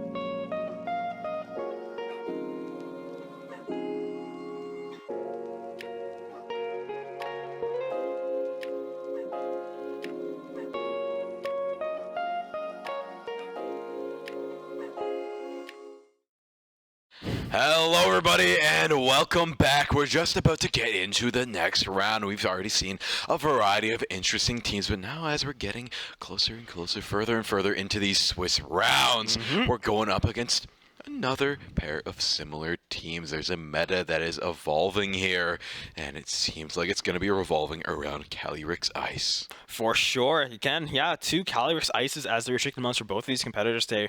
We have Lewis versus Emma. And right now, taking a look at these team sheets, I'm starting to get a good idea of what the quote-unquote standard team is starting to look like. And it's going to be Calyrex as your restricted mon, Pelipper, Amoonguss, Indeedee, Urshifu, and Golden on the side of Lewis. And on Emma's team, similar enough, we have Calyrex, Amoonguss, Incineroar, Raging Bolt, Urshifu, and Gothitelle. Just some of these picks, I feel like when people are looking to build their team, they look for a strong sweeper type of Pokemon. Calyrex definitely got that in spades. Some more bulky-ish type of sweepers as well. You got that with your Raging Bolt, and it's a little bit with Urshifu as well. And then you got some support options, which you're going to see with the Amoonguss and Indeedees, Pelippers, Incineroars, and those ones are very flexible and dangerous Pokemon to worry about. Yeah, these are two very good teams. I'd say the only interesting thing here, or not the only interesting, but the more, a little bit of an off-meta pick is maybe the Gothitelle for the Trick Room setter. But you do get that fake-out flexibility along with the Helping Hand. It's a very good support mon. What I'd say is the more important aspect of that Gothitelle, however, one of my personal favorite Pokemon for sure, is the Shadow Tag. Preventing your opponent from being able to switch in and out is very, very, very powerful if you know what you're doing with it. So Gothitelle, either as a lead or as a follow-up to really lock down your opponents, and it's no slouch when it comes to the defense. One of the higher defensively statted Pokemon you'll really see around these tournaments. But special defense is also not too bad. Special attack, also pretty potent. So it's going to have foul play to really work off of anyone who's trying to do any kind of setup. It's got Helping Hand, Trick Room, and Fake Out. Just a very solid Pokemon all around. And Focus Sash in case you are able to kind of one-shot it. Exactly, yeah, it can be able to have that little extra bit of survivability just to ensure that Trick Room setup. As we've seen, Trick Room is absolutely imperative for these Calyrexes, and unfortunately for Emma, it looks like Lewis has the slower Calyrex here. So both teams trying to set up that Trick Room. One's going to be moving first here, and it looks like it's going to be Lewis.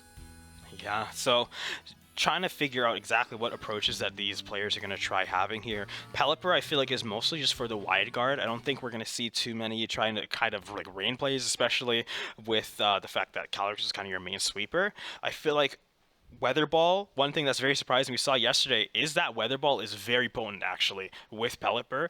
It can do some crazy damage. I don't remember exactly what it knocked out, but when it did, it was very impactful and you felt that damage. So Weather Ball is genuinely something you have to worry about. Hurricane as well in the rain, I believe it can't miss, and it also has a chance to confuse, of course. But of course, the main big threat that it prevents is those lances and astral barrages coming out from both rider forms with that wide guard. So a very solid pick for Pelipper. Yeah, wide guard, a very, very strong pick going forward, and just pretty much shuts down the rider. And there's no wide guard on the side of Emma Brooks here.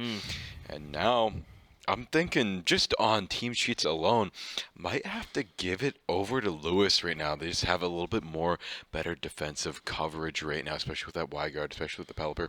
They can do everything that Emma wants to do and just a little bit more. But I think that Gothitelle is going to be the thing that really decides how this match will end up going. For sure, and one thing I was just considering for a little bit, but I'm realizing now might not be too effective, is with that Pelipper, of course, you could have something like Urshifu, or actually you have to worry about wide guard, but you do have your Raging Bolt. Of course, it's electric. Pelipper being water flying would basically go onto anything that Raging Bolt would want to throw out. But of course, Terrestrialization is the main gimmick for this generation, so you can switch its type. It's going to be a ghost type. That's going to block out fake outs and of course prevent it from going down immediately. But of course, you are sacrificing your Terra, which could be used to really iron out the defensive stats or defensive typing for your Calyrex or any other Pokemon, just getting rid of some of those weaknesses. But I feel like this Pelipper, it's really going to be a huge part of this game. Raging Bolt probably the strongest play around it. Urshifu, while it has Unseen Fist, Surging Strike is its main attack, it would resist the close combat as well. It is running coaching, but with that Scarf, there's a couple of things you kind of pigeonholed into picking one move. So I'm not sure if Urshifu is going to be very good against this Pelipper, but again, so many different options you're able to play with. Yeah, a lot of different options on both sides, but that Golden Go is just going to be doing a lot of potential damage. It's going to be a little bit more of an annoying pick, a second little hyper carry there in the back line if need be. It'll take down a lot on the enemy team of Emma Brooks here. The Gothitelle, the Calyrex, both weak to those ghost typings. And now, looking at the rest of the team as well, what can they use to deal with that Pelipper? The Raging Bolt, do they have anything here that's good against Ghost aside from this Gothitelle? Because that's always a risk you're going to have to warrant putting out. Especially that Golden Go is out there, swapped out with the Pelipper. It's going to be interesting. Yeah, there's just so many different considerations you have to make, and something that I kind of slept on a little bit here and realizing is also going to be a huge part, Amoonguss, threatening out those spores. I'm only seeing the safety goggles really run on Incineroar, and that's what we're going to see for Emma as well. You could threaten to switch in, and if you're predicting a spore coming out, switching into that, getting the spore, and blocking out a turn, basically preventing that sleep from coming into play, is a huge part of VGC right now. So that's something you got to watch out for too. Yeah, this is going to be interesting. Right now, Emma not looking to set up the Trick Room for their team, at least in the first little bit, until they can get rid of that Calyrex, because the team is much, much slower on the side of Lewis's side.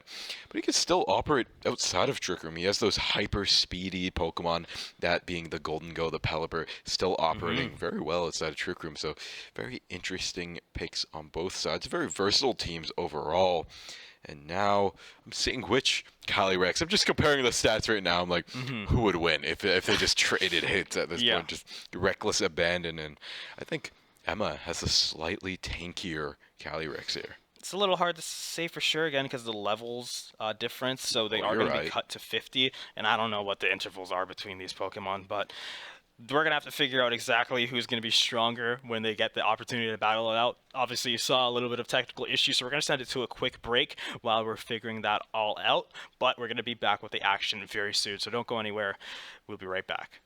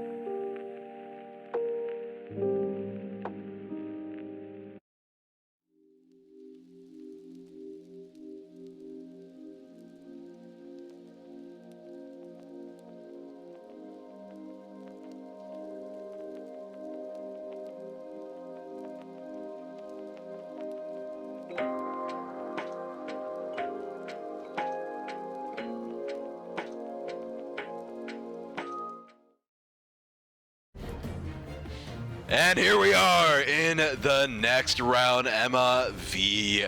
Lewis here. And now it's going to be a very interesting duel. Two Ice Riders here, but only one probably in the backline for Emma. Not leading with it is an interesting choice. Unfortunately for Emma here, Calyrex is going to be a huge threat to both of these Pokemon. Dragon weak to ice, as well as Amoonguss being a grass type, also weak to ice. But I think Amoonguss actually withstands this hit. Raging Bolt, if it's using the conventional Assault Vest, it will definitely withstand it too, but it definitely won't feel nice.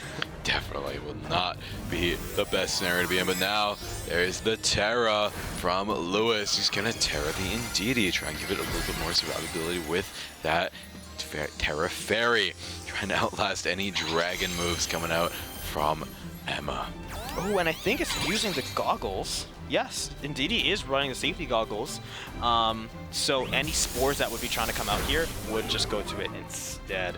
Now we're seeing Calyrex using that Glacial Lance as predicted. It's not going to opt for the Trick Room. Wow. And again, both of these Pokemon super effective against it. They're going to resist, thankfully. Spore is going to get redirected onto the Indeedee, and that means, of course, it's just going to hit those safety goggles instead.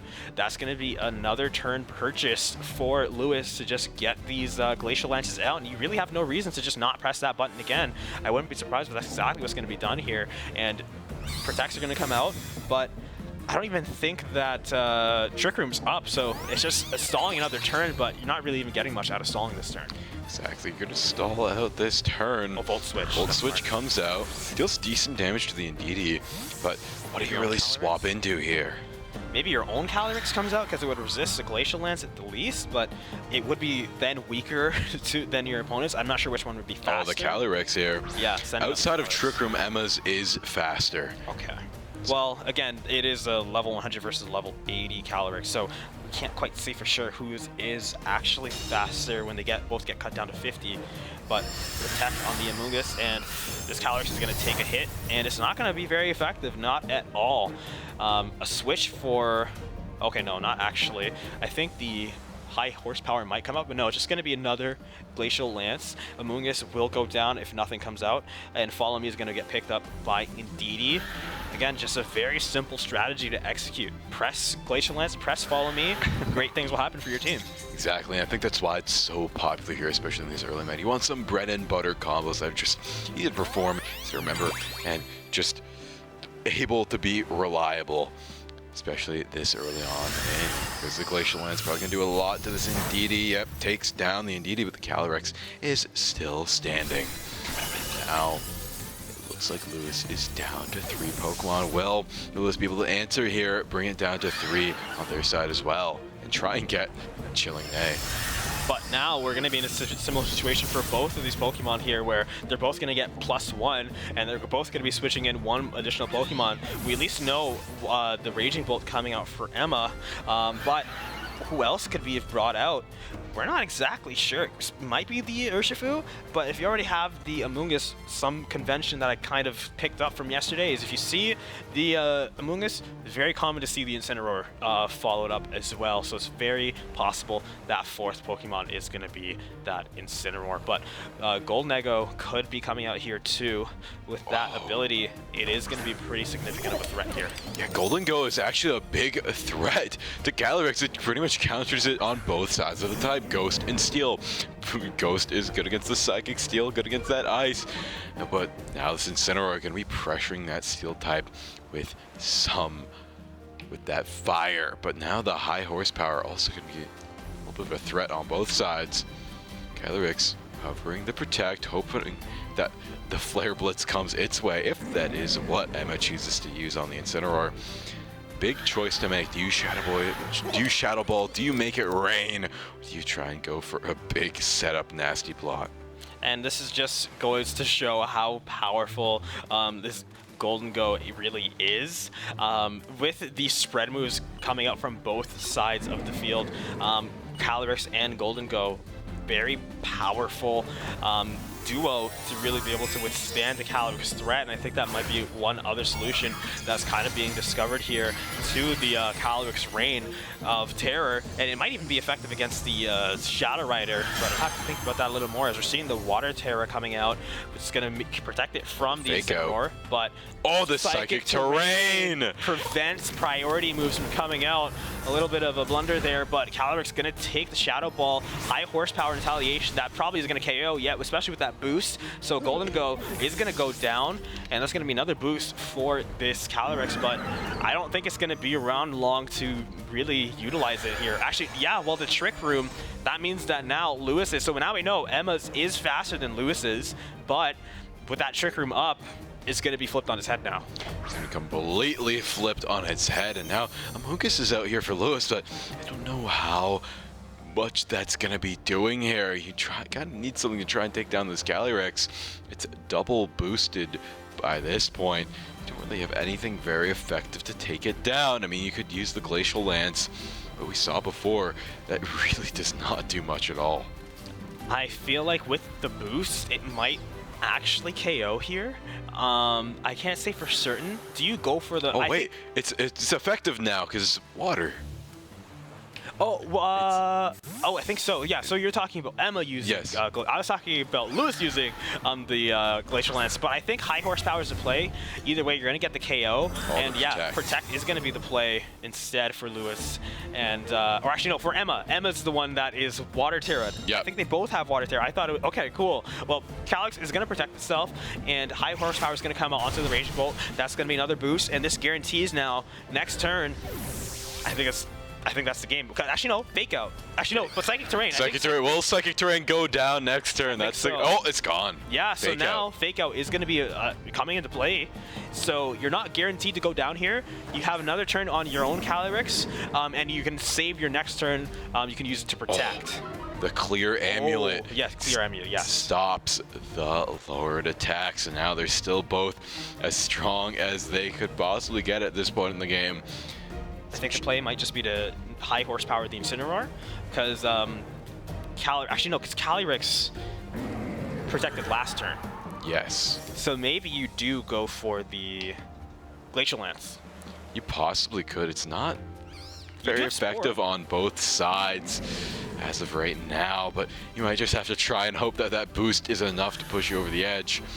Looking over there, though. Spore Rage Powder. What do you do on this Amogus? I feel like you probably just spore the Calyrex and then just stall out the turn. Force that Calyrex to go to sleep. Fake Out is going to come out onto the Amogus, however. It's not going to go out onto the Calyrex. So you make the play, you make the call. It's not going to go the way you think, but still, you're not going to be walking away from this too upset. Your Amogus is still going to be healthy enough to make it to the next turn. Will it? Yes. No. No, not with the double boost. I forgot the boost. Right. For sure. And now you have the triple boost. As strong as this Calyrex could get, this is it. This is the pinnacle of Calyrex gaming. It's all up to Lewis to try and somehow get a double KO out of this. But I think he does move first. He does move first. I do still think Lewis takes this because he could either high horsepower just to guarantee he's able to take out the opposing Calyrex, and then next turn take out the Incineroar. I don't think Incineroar can threaten the KO on its own. It could. The most damaging thing I could imagine would be doing a knockoff. Yeah, or there's no Flare Blitz. It could even Will-O-Wisp. Ooh, that would be an absolutely dastardly move there, lowering that attack even by a little. Would do major things in this game here. High horsepower to take down the Calyrex. That's a smart move. Yep. Are we going to see the Will-O-Wisp, though? Or are we just going to see the knockoff coming out?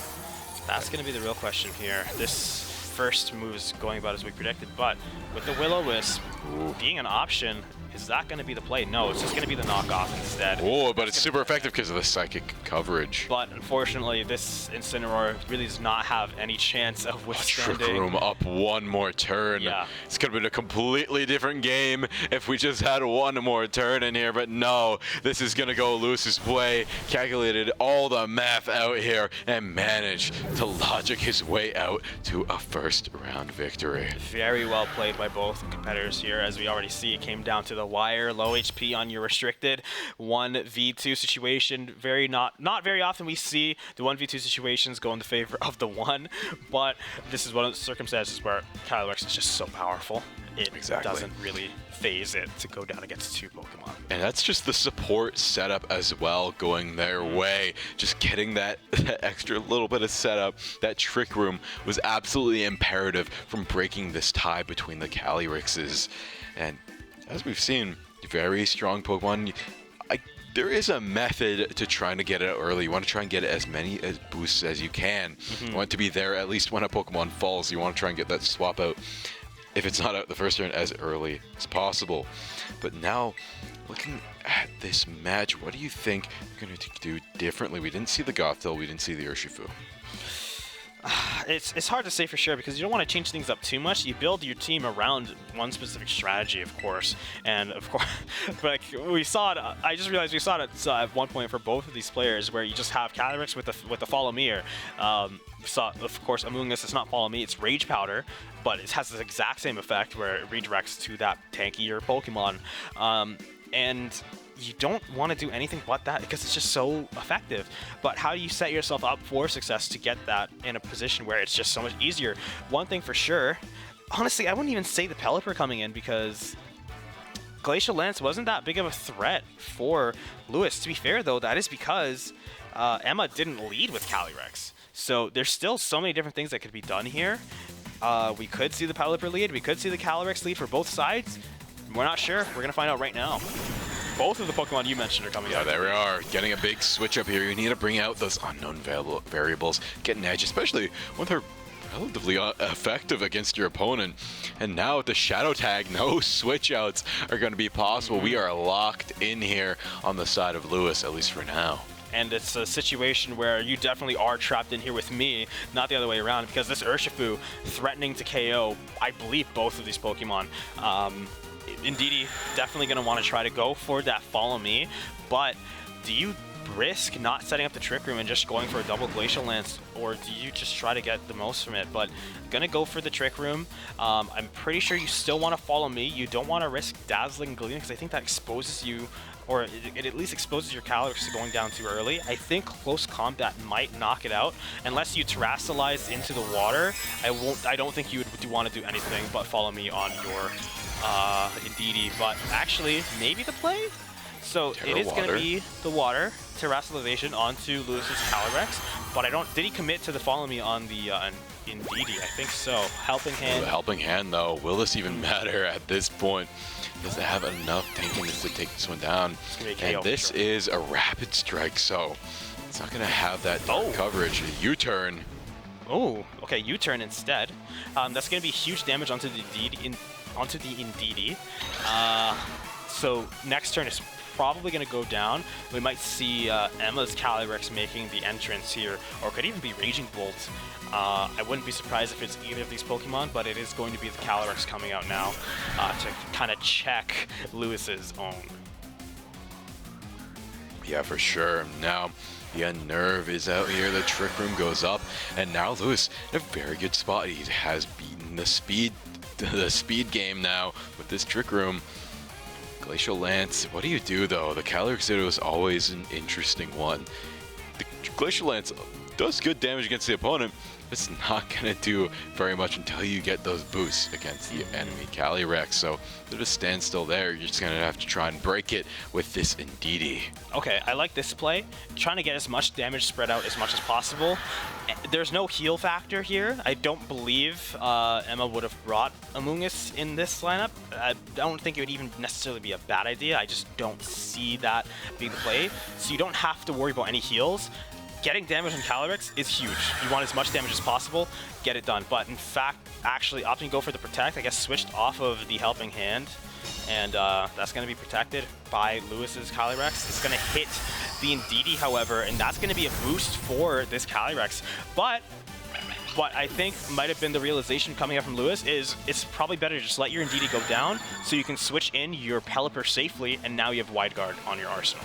Exactly, you have to try and get that Wide Guard in there, shut down that Calyrex.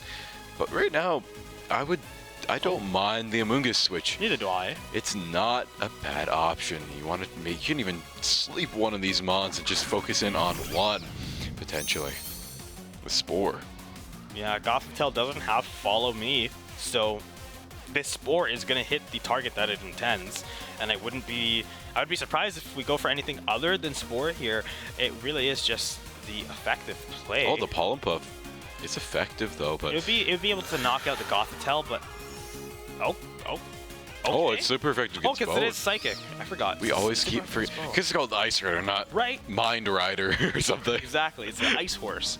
But Protect is going to come out from Emma's Calyrex, kind of calling out the Spore, and then you're going to go for the Pollen Puff onto the Gothitelle instead, because you're forced to Protect, really. You have no choice but to Protect on that Calyrex, because you risk the Pollen Puff, and you risk the Spore. Spore is definitely the bigger threat, so Gothitelle going to take a Glacial Lance, but still in the game for sure. Foul Play is going to come out onto Calyrex, just do a little bit of chip damage, and again, any damage you can do is very valuable. Pollen Puff not going to come out again because Calyrex is still can't protect anymore, so we're going to see the Spore come out onto the Calyrex now to really put Emma in a bind, which I think is going to succeed here. And with that Trick Room up, we know Lewis's team's going to act first. I feel like we might see a swap out on this Gothitelle as well, potentially trying to preserve that Gothitelle. Maybe even a swap out on the Calyrex, because that Spore is going to be so threatening. You don't want your main hyper carry to be able to be taken down like that. This is where the Incineroar comes into play. If you did bring Incineroar, that's where you'd want to switch it in. You're basically wasting the turn of the Amoonguss. Oh, a Tetra. Tetra. Yes. Water, I believe. Okay. There it is. I don't know what that's going to do for Emma here. Yes, we know it's not switching out. It's going to be going to sleep. At the very least. It negates some of that Pollen Puff pressure. Yeah. But not the Spore pressure. What's probably going to happen here is Lewis is just going to knock out the Gothitelle, and then that's going to get a +1 boost for him, and the Calyrex is still able to withstand. Like, there's realistically not a lot that actually no, High Horsepower is still going to be a really damaging move. So Emma's Calyrex is still pretty scared out here, but he has an Urshifu to worry about. Yeah, they have an Urshifu to worry about, and now it is the Amoonguss. Gonna be another Ditto Amoonguss. Oh, with the redirection, just buy turns with the sleep. Exactly, some Spore pressure, buy some turns with the sleep, try and get your opponent to sleep and win the sleep tie, but that Glacial Lance with no Tetra is gonna be very, very scary on the side of Emma, at least for right now. Trick Room's about to go down too. I think you commit the Glacial Lance and try and take it down with the +1 you already got. I don't think the +1. I'm actually, I really against the Amoonguss. It's hard to say. Actually, no. Amoonguss is special defensive, not regular defensive. So going for Protect. I like the defensive play as well. Clear Smog. That reduces the stats, so that's gonna get rid of the boost. I completely forgot about that. That's an amazing play from Lewis. And the think of that. Spore, I mean, yeah, you have no choice but to Protect. I honestly would have liked seeing the Spore. Oh, and it's gonna be a first turn wake up as well for Emma. Big Protect. Wow, Lewis went for the very conservative option there, but it paid out dividends protecting that Calyrex through that and getting rid of the stat change. Crit. I don't know if that would have KO'd without the crit. But at the very least, I think the call from Lewis might have just, or the call from Emma might have just been to just get the, you didn't want to Spore the, Pelipper's coming out now with the wide guard is going to you're sacrificing your Amoonguss, just stall more turns. Yeah, okay, that makes sense. And now you can just play around this Pelipper here. Trade out these things. You just have to try and take out this Amoonguss right now. You have 2 boosts on your Calyrex.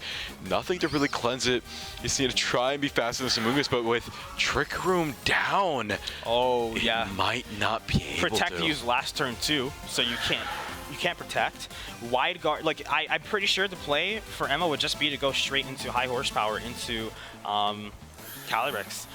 You don't want to risk the wide guard, and you're not scared of Pelipper. Actually, you might be though, because again, the Weather Ball and the Hurricane are pretty strong moves all around, but it's just going to protect itself, and the Amoonguss is also going to protect. Interesting. A little bit of a stall turn here. Let's see how this Glacial Lance looks from Emma, or from Lewis here. All right, is that enough No, it's still not doing all too much, even with double attack. Oh, wait, wow. Okay, I thought, are they speed tied? This might be a speed tie. Because I remember last time Emma's was going first. I'm not sure. Yes, this that is was a the very case. interesting turn here. This is a very interesting battle when it comes to the number side of things. But in any case, now we have a little bit of a mind game going on about Willie or won't he when it comes to the wide guard. Do you try calling it out and going for it, or do you predict the fact that your opponent's going to know you're going to go for it and just go for something else instead? It seems they're going to go for the Spore onto the Pelipper. Oh, getting rid of the wide guard is something I didn't even think of here. Absolutely. Pelipper is now basically out of this game, and Glacial Lance is going to knock out Amoonguss, I'm pretty sure, but with that Urshifu in the back line, this game is still anyone's game. Still anyone's game. This Pelipper needs to wake up soon, or else things are looking very doomed for Lewis. Yeah. Oh, Calyrex actually withstands that. I'm honestly kind of shocked to see. Actually, it's one boost. Or actually, no boost now for this Calyrex. One boost for Emma, as they were there for the Amoonguss to fall after the clear smog. Right. But still doing good damage, but not enough to take down the Calyrex. Another Glacial Lance, but that's not going to be good against the Urshifu. Do you try and protect, stall it out, hope your Pelipper wakes up? I feel like that might be your only guaranteed win condition. But you might be able to take down this Calyrex with one more Glacial Lance, go for a Hurricane potentially. If this Hurricane wake up happens right here, Lewis will have undoubtedly won this match. It's all coming down to these last few turns. Calyrex KO. Oh, but with the Trick Room, I feel like, yeah, since Calyrex, I think that is a speed tie. It is a speed tie, and it went Lewis's way both times. And that's going to knock out Emma's Calyrex. But I feel like even if Urshifu survives this turn, oh, and that's going to be the Wake Up Hurricane as well. Wake Up Hurricane and rain, never going to miss. There it is, super effective. Lewis doing amazing in this entire set, playing so many amazing reads time after time, is going to take this 1-2-0. What I'm also realizing now is that lineup that Lewis is running in that second game was basically just one Pokemon to hit and then 4 support mons for that one Pokemon. This restricted format, again, it can be played in so many different ways, but the predominant strategy we're seeing is just all in on protecting your restricted Pokemon, and it's working for most players. It's definitely working for Lewis in that game, and if it ain't broke, don't fix it. Exactly. Support always very, very strong. Gotta give props to Emma as well.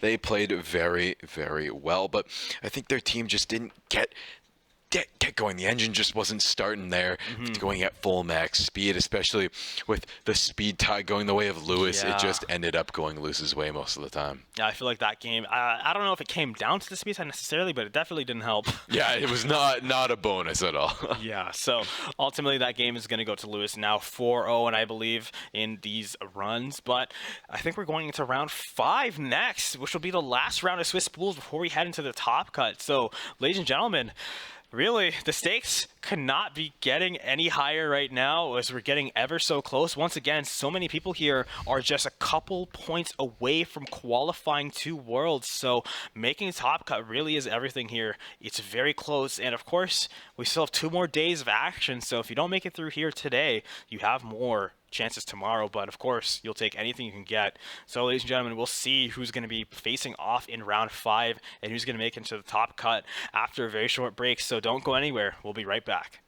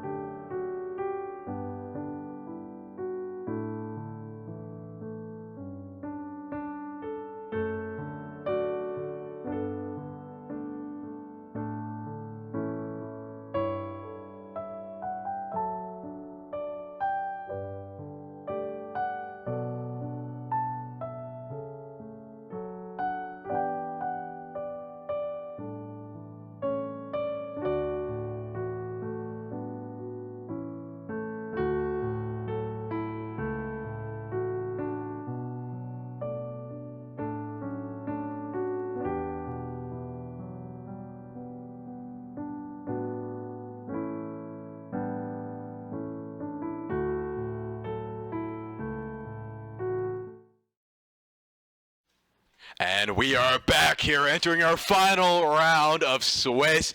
This next match will decide which of these players will make the top cut. Yes, both of these players playing for the chance to make it into the top cut, win, and your chances are significantly increase, lose, but you're basically guaranteed not to make it in. However, today, for this top two, or these players are both 2-2 right now. Again, winner will be able to potentially make the top cut. We have some pretty interesting teams lined up here. We have Michael versus Artan, and Michael, in fact, I'll save that one for last year. Let's go over Artan. I think we saw him yesterday. Yes. Running that Smeargle team with Ursaluna Bloodmoon. I'm not sure if it was Ursaluna yesterday. Annihilate, Calyrex, Farigiraf, Urshifu, Single Strike. Recognize all of those. Ursaluna, I think, might have been something else before. Can't say for sure. But, of course, Smeargle, being probably the most important Pokemon on this team, honestly, is able to do so much for it. Annihilate, we didn't get to see it yesterday. Maybe we'll get to see it today. And, of course, the restricted mon on this team being Calyrex. Again, it's just the mon that everybody's really working with here today. Exactly. Calyrex, just the solid engine of the team, making sure it all goes smoothly. But let's take a look at Michael's team. We have Whimsicott, Ursaluna, Bloodmoon, Farigiraf, Incineroar, and Miraidon is the restricted legendary. But if you were paying close attention, that's only 5 mons. The last interesting mon left on the team is going to be Ditto. Yes, Ditto. And kind of caught off guard by that initially, but as we took a little bit more time to consider why you'd want to run Ditto in this format, especially where most restricted formats is 2 legendaries, in one where it's just 1, and everybody's running a strategy where you just go all in on protecting that one Pokemon and just letting it sweep, and that Pokemon, as it sweeps, gets buffed and gets stats, and I think it just makes a lot of sense to just run a Ditto that you could throw in at any point, probably as like one of your last, but you probably wouldn't lead with it. It'd probably be something you use to recover after maybe that Calyrex has a 1 or 2 boosts. Come in, steal the show, and it's going to be resisting the move that it's throwing out. It's going to be resisting Glacial Lance, and it's going to have Choice Scarf, so it's going to be able to throw out its own Glacial Lances in retaliation. The only hard choice you have to make is what move you're going to be spamming out. And that's either going to be the... Actually, well, it wouldn't be moving first in Trick Room. That's the one caveat. Yes. But do you want to spam out the high horsepower to try to hit the opposing Calyrex, or do you want to just be spamming out the Glacial Lance? And look, even if you don't use the Calyrex as the transform there, you still have a lot of good options. You can do the Urshifu, Annihilate, a lot of really good picks, or another Ursaluna Bloodmoon if you need the reload after your first one fails. You have a lot of solid options That's here. So true. Yeah, a reload. And you also have a lot of interesting choices to make with this Ditto as well. Do you try and send it out first, get the early copy in, or do you save it in the back when your opponent's at their strongest potentially and try and get the copy then? No, we're going to see the lineup right here. For sure. I think the best play would probably be using it as a counter option because, again, the main hang-up that Ditto has is you don't want to switch it in and then it takes damage and takes hits and then it's not even really able to do anything. But if one of your Pokemon goes down, which is probably going to happen against Calyrex, you switch in, get the boost, and you're able to even threaten knocking it out with the high horsepower, for example. So it's just a very effective Pokemon. It has Terra-type Ghosts to help resist any kind of fake-out shenanigans that might come out. And one other important part I want to mention about Artan's team especially is he says that its probably biggest weakness would be Miraidon, which I definitely agree with. The Electric and just the huge special attack is such a big problem for him to deal with this Pokemon. In fact, we're not even seeing the Smeargle leading. Yesterday we saw that it was not very effective for him, losing it in the first turn both games, but now we're seeing a Terrassalization coming out already, and it's going to be going onto the Miraidon, just get that extra potency with the Electric Terrassalization to start things off. You've seen the Electric Terra-type come out, going for the full sweep on this Miraidon here. Now we're going to see a Terra be committed by Artan and retaliation. This is going to be a Terra Ground, trying to shut down this Miraidon and keep this little Farigiraf up. Yeah, and I think that's a very smart usage here. Calyrex is going to protect itself in case it's going to go for a discharge, or even if it goes for Electro Drift. But the ground is not going to help it resist a full-power Draco Meteor. it's something you got to try calling out. It's not going to go your way, and you are going to lose your Tetra and one of your Pokemon in the same turn, in the same move here. So Michael, really feeling good right now. Your things are just going as planned. Protect is going to block out the Incineroar's move there, which might have been fake out. And now, going into the second turn, you have to figure out a way to try to recover your loss there. Ursaluna is going to be the next Pokemon to come out, and no better Pokemon than this one to try to bring things back for you. Exactly with that. Draco Meteor still going to be hitting relatively hard. The Flare Blitz also putting a lot of pressure on that Calyrex. Yeah, it did a lot of good options here. There's 3 super effective moves here. With that, Calyrex protecting itself last turn, it's going to be completely exposed this turn. Draco Meteor is going to come out into the Ursaluna. It's going to do really significant damage. Again, that Miraidon was working with -2, and in fact, just going to knock out the Ursaluna, just completely take it out, not even worrying about the Calyrex, which again, honestly makes sense to me. Calyrex works when you have something to protect it. When it's just on its own, what can you do?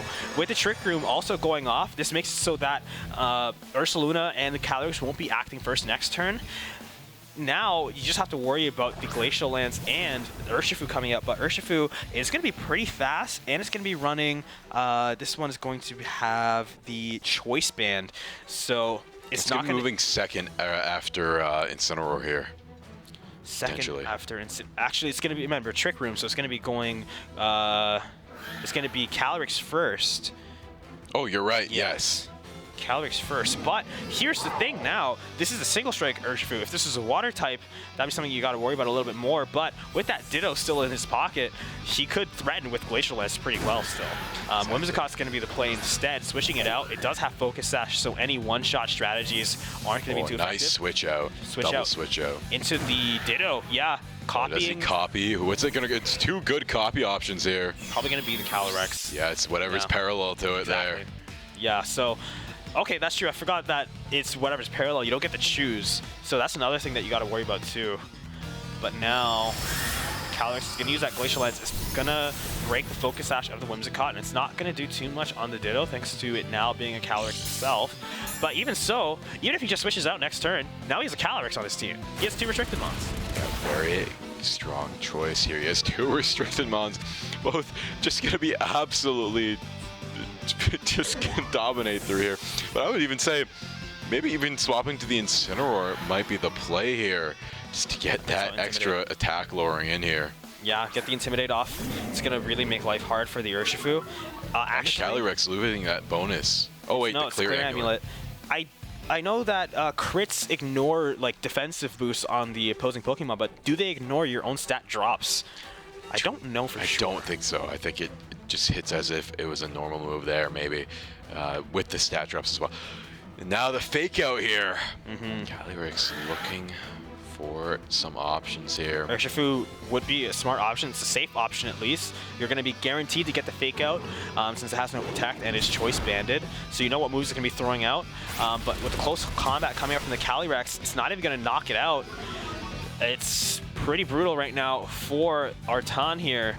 And Ditto's own Glacial Lance is going to come out and knock out the Urshifu? Wow. No, it's going to hang on by a thread. Again, this is not Focus Sash. It's just really low. It just got taken down. It's so close, so narrow. But now, with this next turn coming out, Incineroar's life is threatened. It's going to go for that Flare Blitz just in case it survives, but it is most likely going to fall here. Miraidon's still hanging on in the back, so you're not too upset about this. Trick Room's going to mean that Urshifu is not going to get a chance to act here. It's going to go down next after this, this Glacial Lance comes out. With that choice band means you don't get the opportunity to switch into the Sucker Punch, and this is Artan's last Pokemon here. Is this Ice Rider, and now we have Michael's real restricted coming out, which is the Miraidon coming out into this solo Calyrex. Exactly, and now with the swap out coming through, all those Draco Meters don't even matter at this point. Electric Tank getting a reset as well. This is going to be an absolutely brutal fight for Artan, as toe restricted. Having to deal with that is absolutely awful. Yeah, so Glacial Lance is going to come out. It's actually... Wow!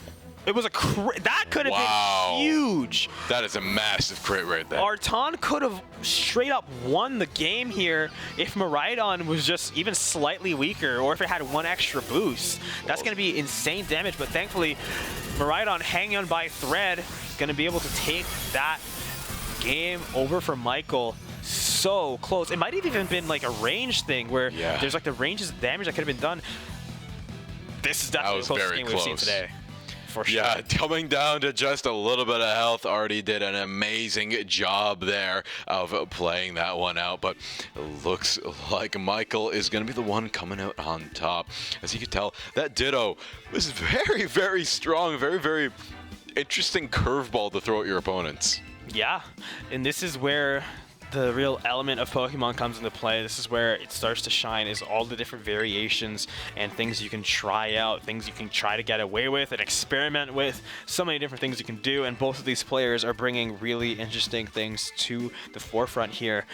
Whether or not we're going to see the Annihilate or Farigiraf or anything of the vast variety of Pokemon that Artan's bringing out here on his team, he's going to have to figure out what he wants in this next game. But I think he's going to try to make some adjustments here, as he wasn't able. It's a lot of, I feel like with this team, it's very reliant on finding success in the first turn, but it's a two-sided coin there. You know, it can either go very well for you on that first turn, or it can be devastating. And unfortunately, so far, we've only seen what happens when that first turn goes wrong for him, losing his Farigiraf and that Tetra in the same action.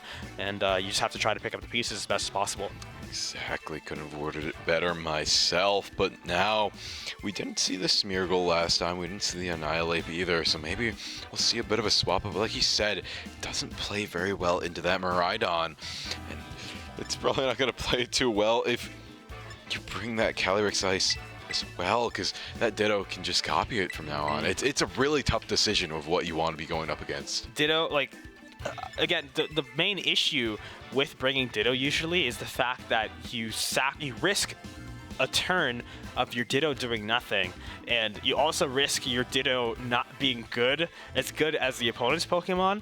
But with the choices, with the moves, with the kind of way things are working in this regulation, Ditto just finds so much value, especially at the very least against Artan's team, where every choice is good. We're seeing the Annihilate come out now. This Annihilate... leading with the Ditto is going to be crazy, and it's parallel to the Calyrex. Oh, that's a huge call out.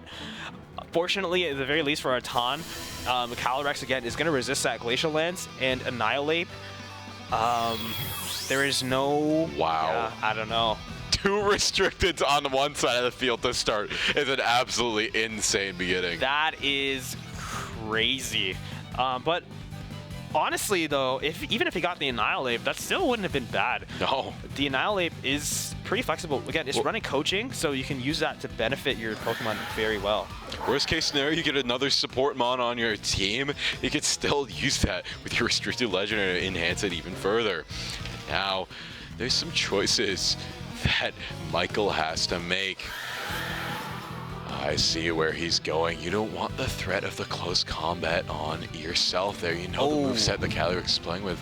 Looks like there's going to be one thing about Terra Ghost. One thing about this Annihilate is it's running Final Gambit, which, if you're not aware, which I wasn't, I just have to check now, inflicts damage equal to your HP and then it faints. It's kind of like Explosion, except it does HP reliant damage instead of, just high power. So if he really wants to, he could even just try to take down one of these Pokemon, Miraidon. Oh, the Terra Ghost. That Final Gambit's going to be doing a lot of... Wow. It is a fighting type move. So the Ditto with the Terra Ghost is going to be able to completely ignore it, and Calyrex is going to basically go down to this first turn.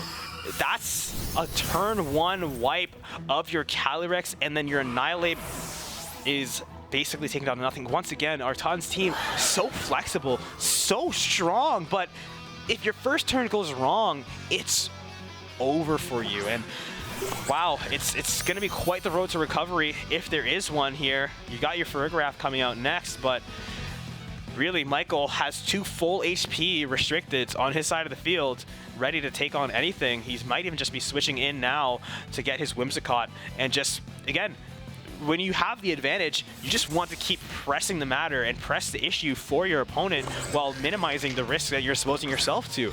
That's exactly what he's going to do. He has one restricted already. Why keep out both? He's going to find that final gambit, and it's going to not even take down the Whimsicott. Wow. I don't know how much HP Annihilate is going to have, but if it's doing all the damage equal... Actually, no, because it was low HP. Not maximum HP, it's current HP. So Ferrograph is also going to fall to the Glacial Lance. That's just going to be one Pokemon left for Artan to work with. And this Ditto, I mean, this Calyrex is just very scary. Very, very scary. It's going to be the Ursaluna.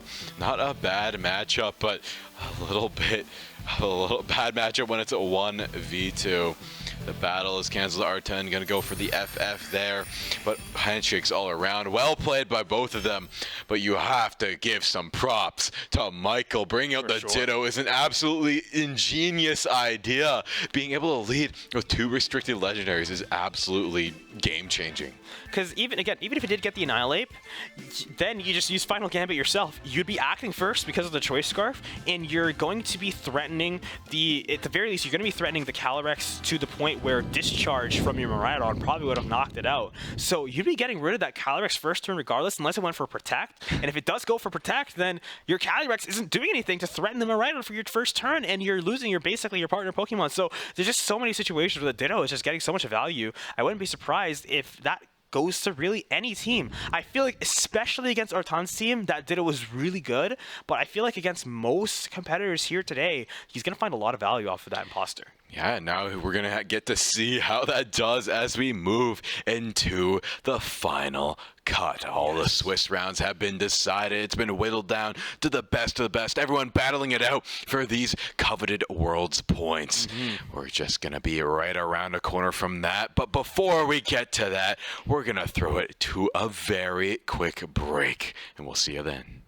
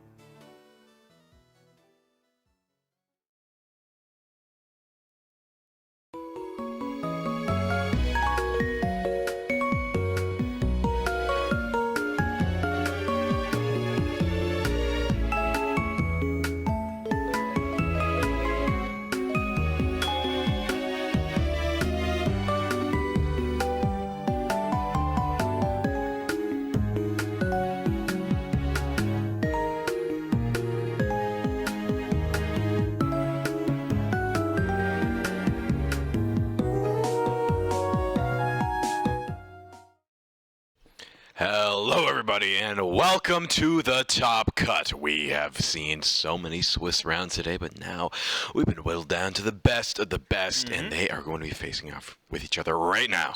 Yes, and the best of the best that we've had here today is Diego. Currently 5-0, the first seed going up against Rowan Hall. We saw a couple of close calls in his matches today, and he also made it into the top cut just as narrowly as some of those games he ended up playing today. But a couple of things to note about these competitors is their teams for sure. We saw Rowan already, so we know what he's using, but Diego is a little bit more unconventional. Why don't you break it down for us here, Matthias? Yeah, so I'm going to go from least interesting to most interesting, or least seen. We have the Raging Bolt, very strong staple. You know, you got that little thunderclap coverage there. You have the Golden Go. We saw that one before as well, and that one was a very strong pick. But all of these we have not seen yet today. That to come following here. Or yesterday. We have the Qian Pao with the very strong ice-type attacker, being able to take things down very, very quickly, lowering the defense. Also, very strong move. We have the Tinglu with with not the usual fissure stomping tantrum we've seen in the past, going for a little bit more of a support kind of play style almost. And then we have the Dondozo, which is interesting, Terra Bug. And that one actually is going to be running Fissure. Oh, it is. Yeah, that one has Fissure, which is an interesting pick. A very good pick. Yawn as well. That's going to be a pretty big threat, too. Yawn is a sleep move that it's basically as effective as Spore. It's just the sleep comes one turn later, which, if you know what you're doing... And it works on grass types, unlike Spore. Exactly. So if anything, it might be better than Spore in a lot of ways. But again, that's if you know what you're doing with it. And again, Diego being currently 5-0, I would assume he does. But of course, he's gonna. We forgot to cover the restricted. Yes. The Zamazenta is on the loose. Zamazenta making its debut here. If you aren't aware, and if you know anything about Pokemon, you might be very surprised to see Zamazenta is actually more favored than Zacian right now in this format. Wow. So we're going to see the Dauntless Shield probably for the first time anyone's ever seen that ability proc in competitive Pokemon. Using it in this format is going to boost his defense immediately upon switching in. And Iron Hands might even be coming out already for Rowan. He might want to use something a little less risky to have out on the field, but still as representing as big of a threat as usual. Exactly, and now you can tell that this is going to be interesting. Rowan Hall, he's going for the Quiver Dance setup. Wants to get the swap out as soon as he can, because Diego has a very good setup going on right now. Has the Qian Pao to lower the defense, gets everything, and this Zamazenta already boosting its defense is going to get stronger and stronger as time goes on. It has a wide slam, it has wide guard, it has heavy slam, and it has that body press to utilize that extra defense boost. So this Iron Hands is going to be pretty relevant here. That Ice Spinner is going to actually get rid of the electric terrain. So that also means that's going to be an attack drop too. Wow, look how strong that body press is. Really just showing the power that physical attacks can represent when used properly here. We've been seeing a lot of special attackers so far, but Diego's team very physical centric. I mean, besides Raging Bolt, he doesn't really have any special attacks on his team, and I guess Golden Go? Everything else is either, well, Fissure, or, physical attacks. Yeah, he has a very good setup right now. Electric Tail back up. Nice switch out, though, trying to get the double Quiver Dance on that Volcarona. It's going to be a second main hyper carry right there. If he can manage to do that, he'll be in an amazing spot, but things are looking a little bit dicey. Diego still getting one down is going to be massive, and this Zamazenta is just doing so much damage. Now we're going to see the first act of this turn. It's going to be a Terastallization going onto the Miraidon to get some more value out of that electric attack. I believe it still will be the fastest Pokemon on the field here, so, well, maybe if the Volcarona did that Quiver Dance last turn. Well, it definitely is now. So it's not going to be the fastest, the Miraidon, but it will be the second fastest, maybe, unless the Qian Pao acts first. We'll see who's faster here. Qian Pao actually will outspeed the Miraidon. That's going to be a huge Ice Spinner. Got rid of the Dragon typing, otherwise it probably would have gone down since it would be weak to it. Actually, it wouldn't be weak. Volt Switch is going to come out onto the Qian Pao. Going to take wow, the it Focus down. Sash. Yeah, Focus Sash coming into usage there. That's why you run it, of course. He's going to hang on, get one more turn of usage out of this Chen Pao to wreak some havoc. You're going to see the switch in of the Farigiraf. No other choice but this one. It's not even going to get to use the Electric Seed because this Chen Pao is just tearing up the terrain. And the body press coming out onto that normal typing, it's going to be neutral thanks to the Psychic typing as well, but still going to get taken down to almost nothing. Yeah, this flamethrower from this Volcarona is now going to be a massive threat for Zamazenta and Chen Pao, because that is a special attacking move that's going to go through all these staunch defenses. Still has some good special defense to make up for it, but with the Protect coming through, that flamethrower not going to be getting any value this turn. Yeah, so no Protect is going to come out. Oh, it went on the Chen Pao instead. Very interesting.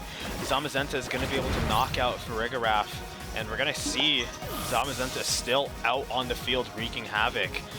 Chen Pao still going to be a huge threat as well. Just away from Volcarona, it is the fastest Pokemon on the field. Miraidon close in third, and Zamazenta going last. But that's the thing with Zamazenta. It is such a bulky Pokemon. You really aren't able to one-shot it with most standard things, especially in unboosted, and if it's not special super effective, it's definitely not going to go down. So yeah, you have your boosted Volcarona, but it's going to be hitting into a 1 HP Chen Pao, which is going to sucker punch your Miraidon before you even get to do anything. And realistically, that was his only choice because he is using choice specs. It's not like you can protect.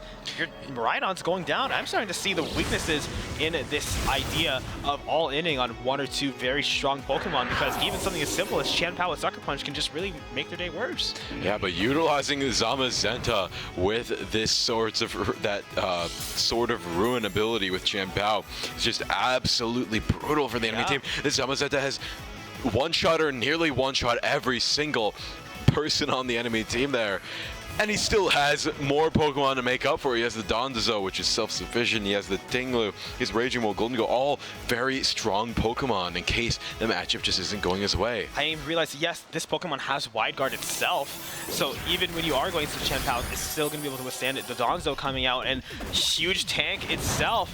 Reminder that this Volcarona is resisting these body presses, and they're still doing so much. The Dondozo with the cleanup, super effective at that, and I believe Wave Crash also boosted the speed.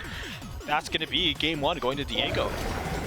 Yeah, this is going to be Diego getting the first round, and you can definitely tell why this guy is currently 5-0. He's having an amazing run with this Zamazenta. Using the body press, just using that giant, massive defense stat, and the little defense boost that you get at the start is just absolutely amazing. Planning and the execution of the plan is impeccable as well. He's having that Chen Pao out to lower your opponent's defense. Wait, does it lower the defense of the Zamazenta? Is everything on the field? Yeah, No. but Zamazenta's getting into boost, so it's basically unaffected by that. So Chen Pao is just reducing the defense of both opposing Pokemon. Zamazenta's not going to be... Actually, but that's the thing.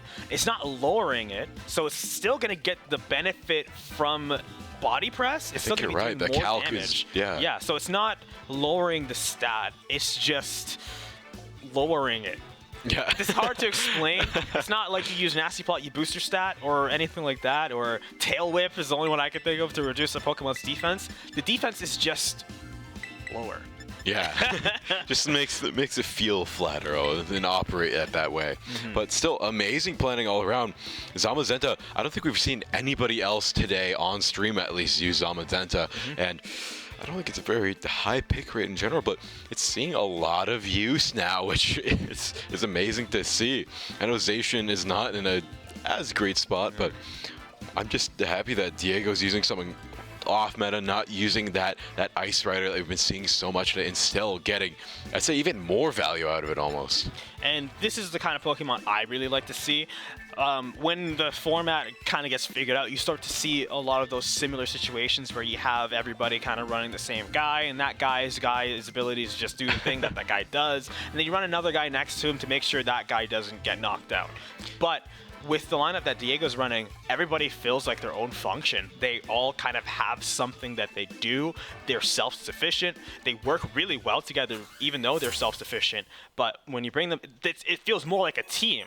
When it's, you know, like the Calyrex with the three, you know, redirections, it doesn't feel like a team. It's more just like a me. Yeah, it's a hyper carry, right? This one definitely operates as a team. Everyone's still self-sufficient, but everybody has their role. Everybody has their place. Going with the same lead up once again, and it's actually going to be the same lead up on both sides once again. So I'm interested to see what Rowan here has thought up at a different approach to try and flip the script here. Yeah, so Chen Pao could be facing the fake out, but with Protect, it could also bait that out as well. Zamazenta, not something you really want to fake out. I'm not sure if you do. It doesn't feel great. You're not really getting much value. It doesn't really threaten any one-shot potential, but it's turn one. You got to fake out something, and I think it makes sense to go for that Chen Pao. Whether or not we're going to see the read coming out from Diego, we'll have to see. But there's also that Volcarona on the field. Actually, it's going to switch in, reading the fake out, and it's going to switch in instead to the Ting Lu. We're seeing the debut of this Pokemon here as well. Yeah, very good matchup into both of these. It's ground, dark, resists the electricity, resists the fire. Very good switch in. It's going to flinch the Zamazenta, actually faked out into that, and we're going to get the Quiver Dance coming out as well. But here's the thing, Ting Lu, very similar to Chen Pao, but instead of reducing defense, it's reducing special attacks. So realistically, right now, all this thing is getting is increased special defense, which isn't going to matter against two physical attackers, and it's getting above the speed, which I'm pretty sure is probably already the fastest Pokemon on the field. We're at another situation where basically nothing happened for turn one. Exactly. But a great read by Diego, great pivot into an even more advantageous scenario. He knows they're probably going to focus in on the Zamazenta, going for the Protect. Amazing play. And now, I wonder what this Ting Lu has done for a move. There's a lot of options. All kinds of things, but I'm excited to see. Drain Punch. Oh, that did a lot. Because that's going to hurt quite a bit. Rocky Helmet doing a little bit of chip damage. There's the Sand Tomb, getting that damage over time on Iron Hands. More importantly, preventing the switch in as well. Sand Tomb does prevent the switch, right? It's kind of like the Fire Tornado, Fire Vortex. I'm pretty sure it prevents switching. But in any case, but maybe you can still switch with Volt Switch. I think that might be the case. In any case, it's just going to be solid ground type damage against this electric type of Iron Hands, but this Ting Lu, yeah, all kinds of things it can run. It also has Taunt. Might even, I mean, you don't want to taunt the Volcarona yet because it's still very powerful. Honestly, you kind of prefer it to keep Quiver Dancing because that means it's not hitting your Pokemon. But Body Press is going to knock out the Iron Hands crit as well. I'm not sure if that one... Actually, I think it does, because I keep forgetting. I don't think Iron Hands is a Steel type. I think it's Electric Fighting. No, I think you're right. It is Electric Fighting. It looks like it should be. But now getting the Sand Tomb on that Volcarona as well is going to be absolutely imperative. Sure, it's still out here. It has the boosts from Quiver Dance. Not doing all too much for it as of right now. As this Zamazenta is just way too strong on the field currently, and Rowan doesn't have many good options. He's switching to the Miraidon. This Ting Lu, big threat on the field as well. He has a lot of strong choices to make. Now we have the Miraidon coming in here, committing the Draco Meteor onto the Ting Lu, which is going to protect it. It's again, the Pokemon on this field, on the side of Diego's field rather, are just too tanky to really be scared of anything. Draco Meteor forced to go into the Ting Lu as well because Zamazenta is immune to it. Actually, no, it's not Fairy type. That's Zacian's Fairy type, my mistake. But I think they're both Fairy type. One's Fairy Steel and one is Fairy Fighting. I think Zamazenta is fighting. It's Fighting Steel. I think you're right. Correct. Again, this been a long time since Sword and Shield. Even when it was Sword and Shield, nobody was playing this Pokemon, so it's really hard to say for sure.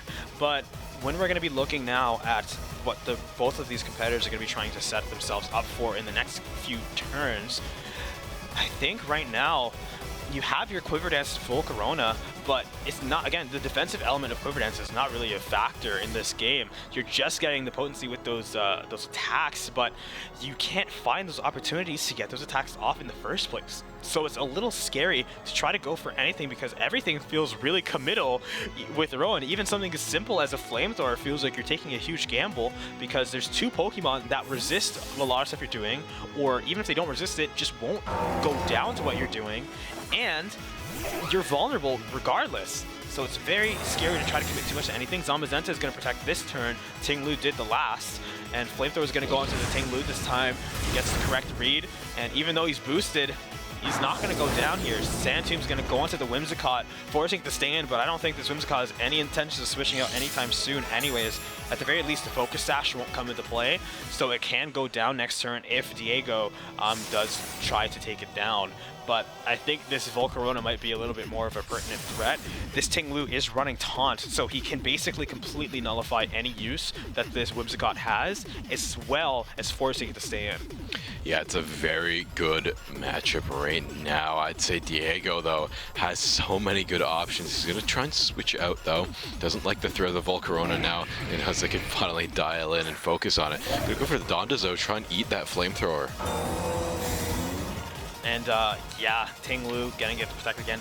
They're basically just taking turns protecting, but the Donzo coming in is going to absorb that Flamethrower and the Moonblast Oh, a crit. as well. Crit, but still not going to be felt too much by the Donzo. It's such a huge Pokemon, huge HP, huge defenses as well. And yes, Zamazenta is fighting Steel. Not very, but again, who really knows? This Pokemon is basically becoming relevant for the first time ever.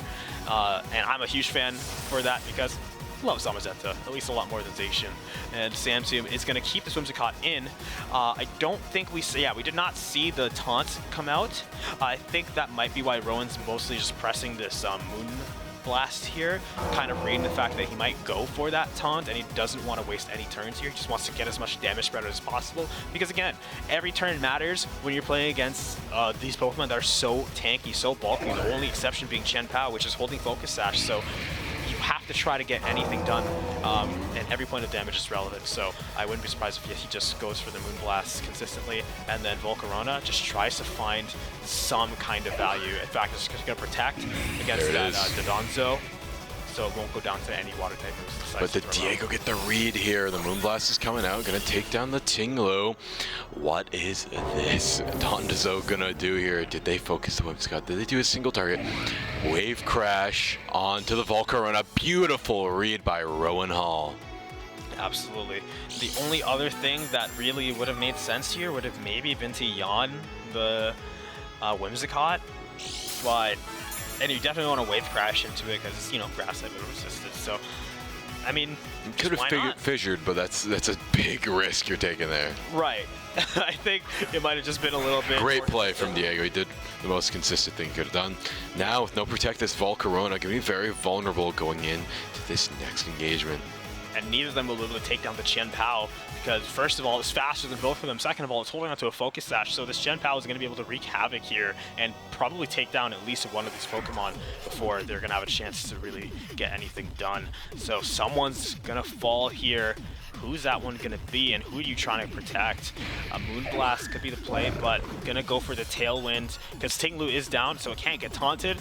It's just going to get that Tailwind up and hope that the rest of this team can try to clean up as best as possible. And you're going to switch out the Volcarona despite it being so boosted and bring out your Miraidon to try to maybe see if you can get an electric type move onto the Donzo, maybe predicting that the Chen Pao could have predicted with a Protect, and then you know, the Donzo could have gone for a move. But with your switching to the Miraidon, you're threatening this Donzo now, and you can force to switch back to Turret Ghost on this Chen Pao, trying to keep it alive against any of the moves that might come towards it.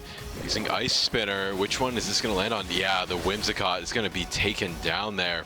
And now the last two remaining are going to be this Volcarona and this Miraidon. Electric Train going down. If he didn't switch out that turn, he could have brought it back up. Next turn, the Wave Crash lands, takes down the Miraidon. A critical hit to Boo. That's got to sting on the way out. But that is going to be it.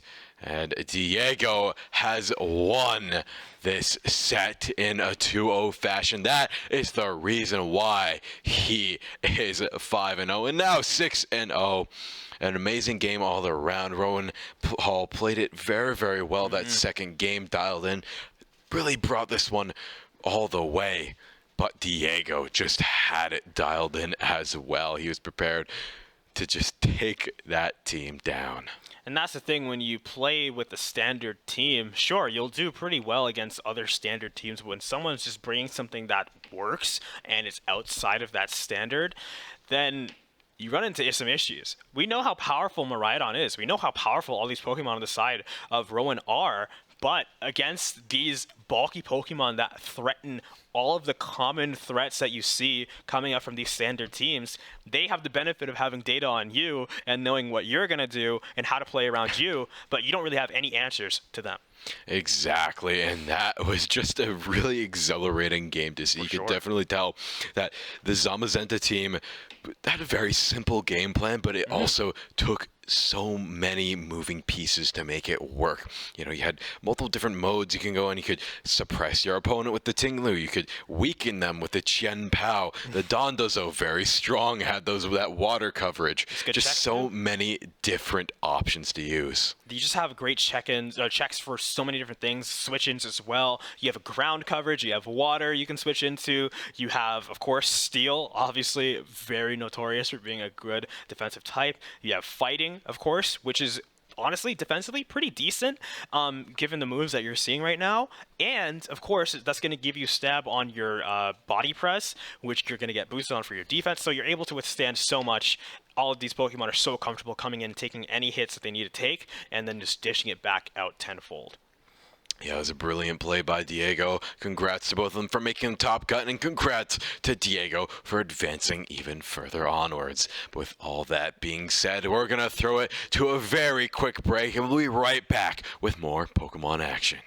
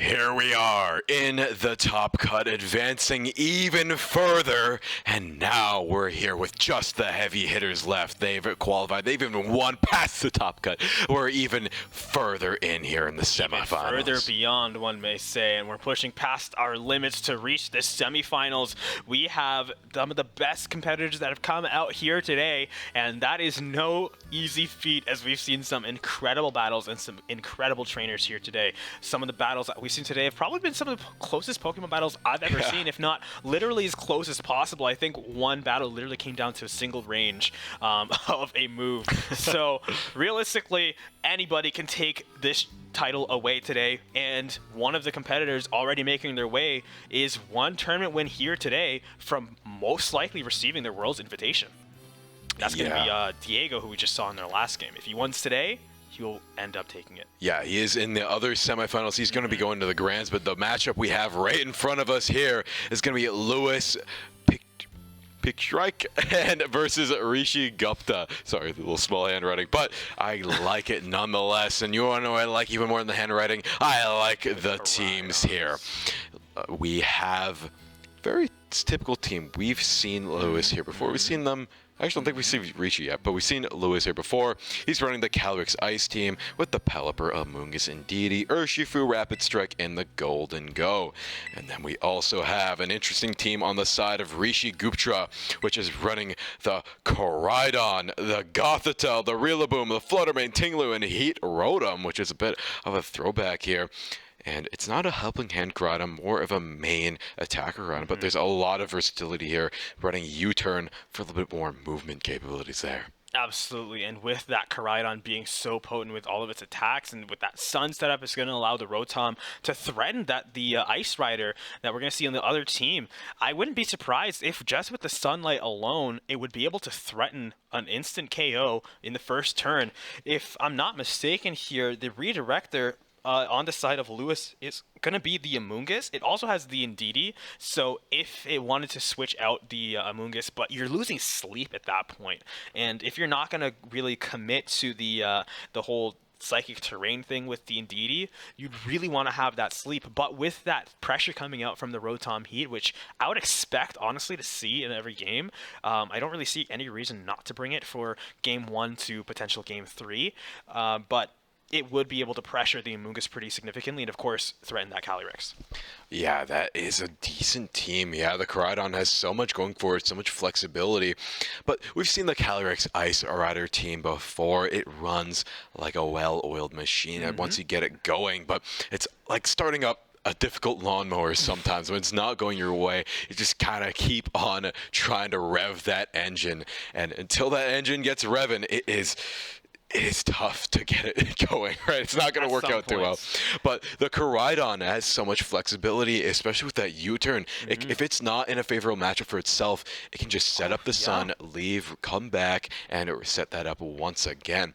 The main threat it has to watch out for, though, is this Pelipper. That Pelipper going to be sending down the rain, shutting off all the photosynthesis, all the different abilities that could come through for that team. Has to watch out for this Pelipper. That's another thing to consider as well. With that Sunlight, we are going to be seeing the Fluttermane on the side of Rishi. I think that is the only photosynthesis mon here. That is the case. So it would be benefiting. It would be getting that speed boost, which it would definitely appreciate since it's holding a focus sash.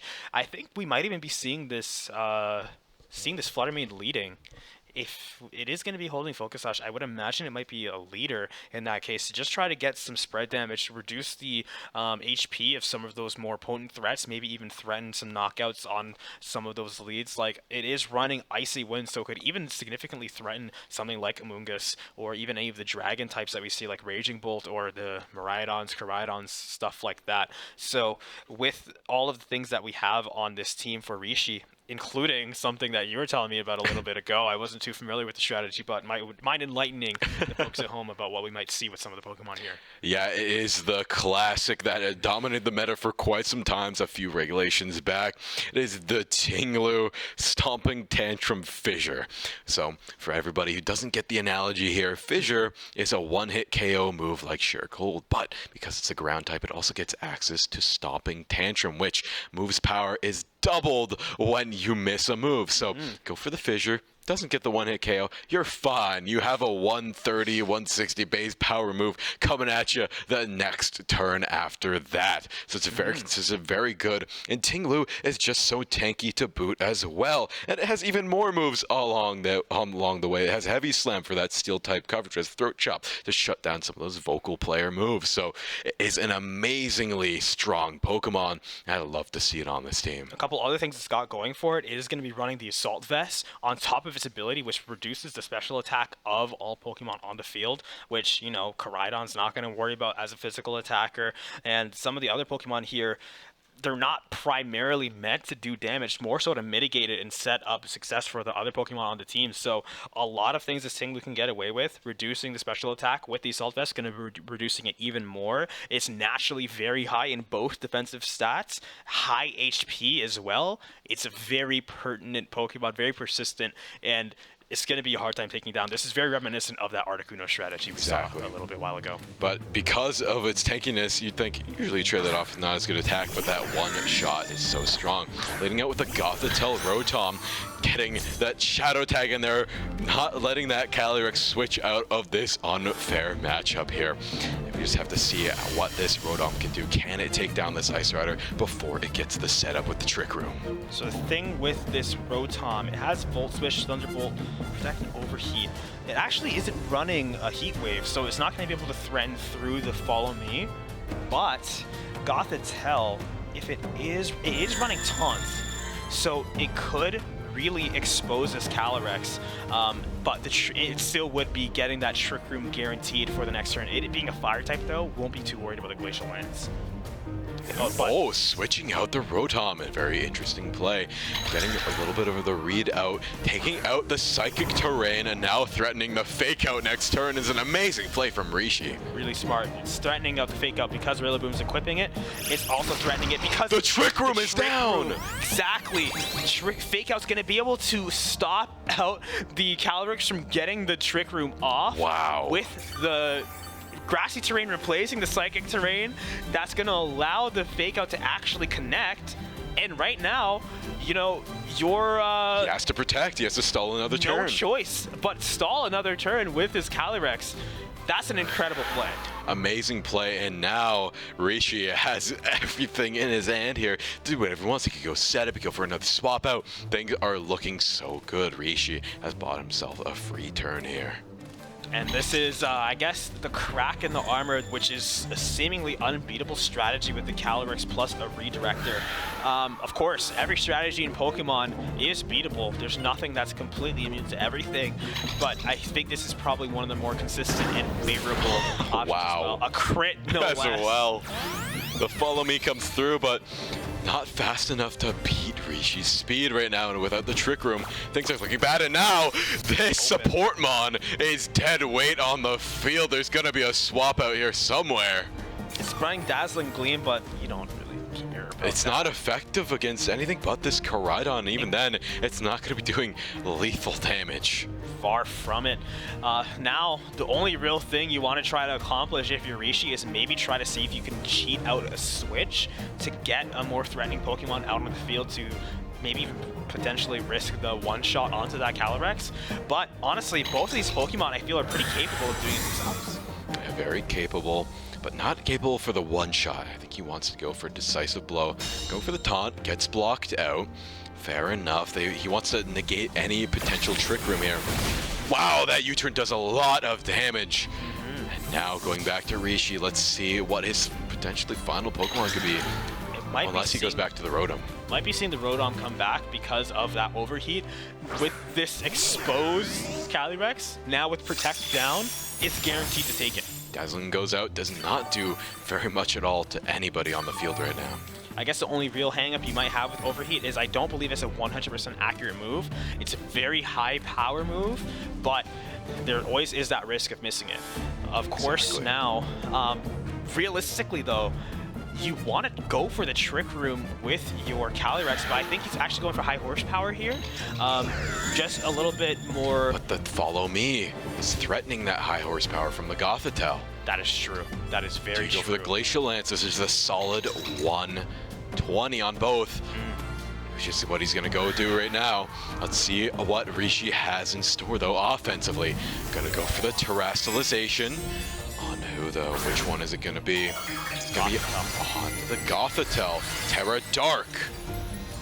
That Dark, I believe, is immune to priority moves, so it would prevent something like Fake Out or anything else like that, but I guess it's just for the damage onto the Calyrex. Wow! The Dark typing is going to do a lot of damage. With the follow-up Thunderbolt from the Rotom as well, that's going to be huge. Yeah, it's going to be immune to the any status priority moves, but doesn't even need it. It just wanted that damage.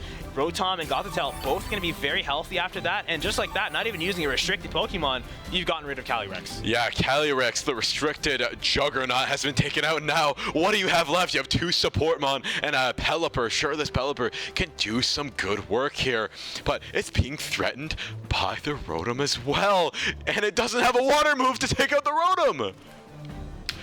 This is looking like the Kingslayer team here, this Koraidon team. Yes. Not even using the Koraidon.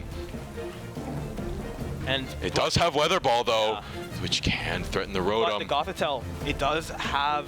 Follow me. No, it doesn't. It's running a Foul Play, Taunt, Fake Out, Protect. Oh, so that Rotom is vulnerable, but guess what?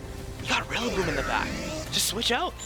Your Rotom has no boost or whatever. Rillaboom is weak to Hurricane as well. It would be weak to Hurricane, but then at that point... You have the Fake Out pressure. Exactly. So amazing plays from both teams. We're seeing the Gothitelle switch out on the side of Rishi. He's been dialed in so far. It looks like Lewis... Getting the Sun back. So it's going to be a Fire type. What a read! And into the Rotom. Wow. Koraidon is absolutely one of the best Pokemon teams you could really see in this format. Such incredible usage. There's so much dynamic pressure this team has. There's so much you can do. There's a Dazzling Gleam. That's going to sting a little bit. Do half. That's going to hurt. But now with the sun up, this Rotom, after it just gets through this Pelipper, it's going to have so much it can do here. Taunt is down on Indeedee. Trick Room is able to be supplied, but do you even want that with how fast your Pelipper is? With you still have the terrestrialization as a result as well, but I don't know what kind of play Rishi would want to go for here. You could switch out once again, but if you do, you're risking some turns where you could be getting in some really solid damage. And Lewis still has 1 Pokemon on the field, which, yeah, he's going to bring back out. It's going to be the Amoonguss coming into play in the sunlight. And against at least 1 Fire-type move, it's a little bit scary, but the terrestrialization is going to come out as well. And, yeah, it's going to go on to the Indeedee. Just to shape things out a little bit more. Fairy typing is going to help it resist some of these oncoming attacks. Exactly. The fact that this Gothitelle did not get a swing in is going to bite, but now the U-turn, keeping this Koraidon as the insurance against the Pelipper is absolutely ingenious on the side of Rishi, giving him so many more options here, and able to play a little more aggressively as well going forward. There's the overheat. There it is, going in on the Indeedee, and with the sun, it takes down Indeedee. And I think we're going to have to see another quick switch out, because this Pelipper going to come back in, threaten that Weather Bell once again. For sure, yeah, and then you could just switch back in your Koraidon to bring that sun back to make it so that you don't really have any threats to worry about. That Indeedee, funnily enough, was basically the last threat on the field for this Koraidon, unless Pelipper, let's see what Pelipper is running. It's gonna have Hurricane, which would be a pretty good threat against the fighting type of the Koraidon. And the Rillaboom both, but without that rain being up when the Koraidon comes back in, it's going to be a lot riskier, a lot less accurate at the very least.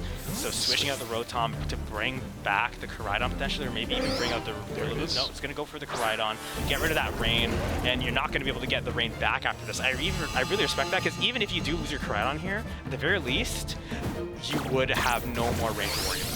Yeah, the rain is washed away by the bright light of the sun, and now Hurricane comes forth. Does connect. Gonna do a lot of damage on the Koraidon. Gonna go down, but now he still has 3 whole Pokemon to play with against Lewis's too. No more spores for that Amoonguss. That is going to attack Amoonguss all the way to the end. And now Rotom back on the field can manage to take it out as well. Yeah, it's going to be able to threaten that Thunderbolt onto the ×4 weak Pelipper. It is going to have to protect here. No real other option. And that Amoonguss as well. Not too useful here. It's going to protect that taunt. What this Rotom might have gone for, it's going to overheat on the Amoonguss. Knock it out completely from full HP thanks to that Sunlight set by Koraidon, only possible with his support. So now it's just the Pelipper against these two Pokemon, and this is what I love about Pokemon. This is what I love about general team building. Once again, this feels very much like what we saw with Diego's team, whereas a lot of the teams we're seeing today are mostly just relying on a single Pokemon, usually the Calyrex Ice Rider, to really get everything done. This is a team where it's a lot of moving parts, it's a lot of different things coming together, and you have to really base a lot of your strategy and a lot of your gameplay based off of what your opponent's doing, what your opponent's brought to the field.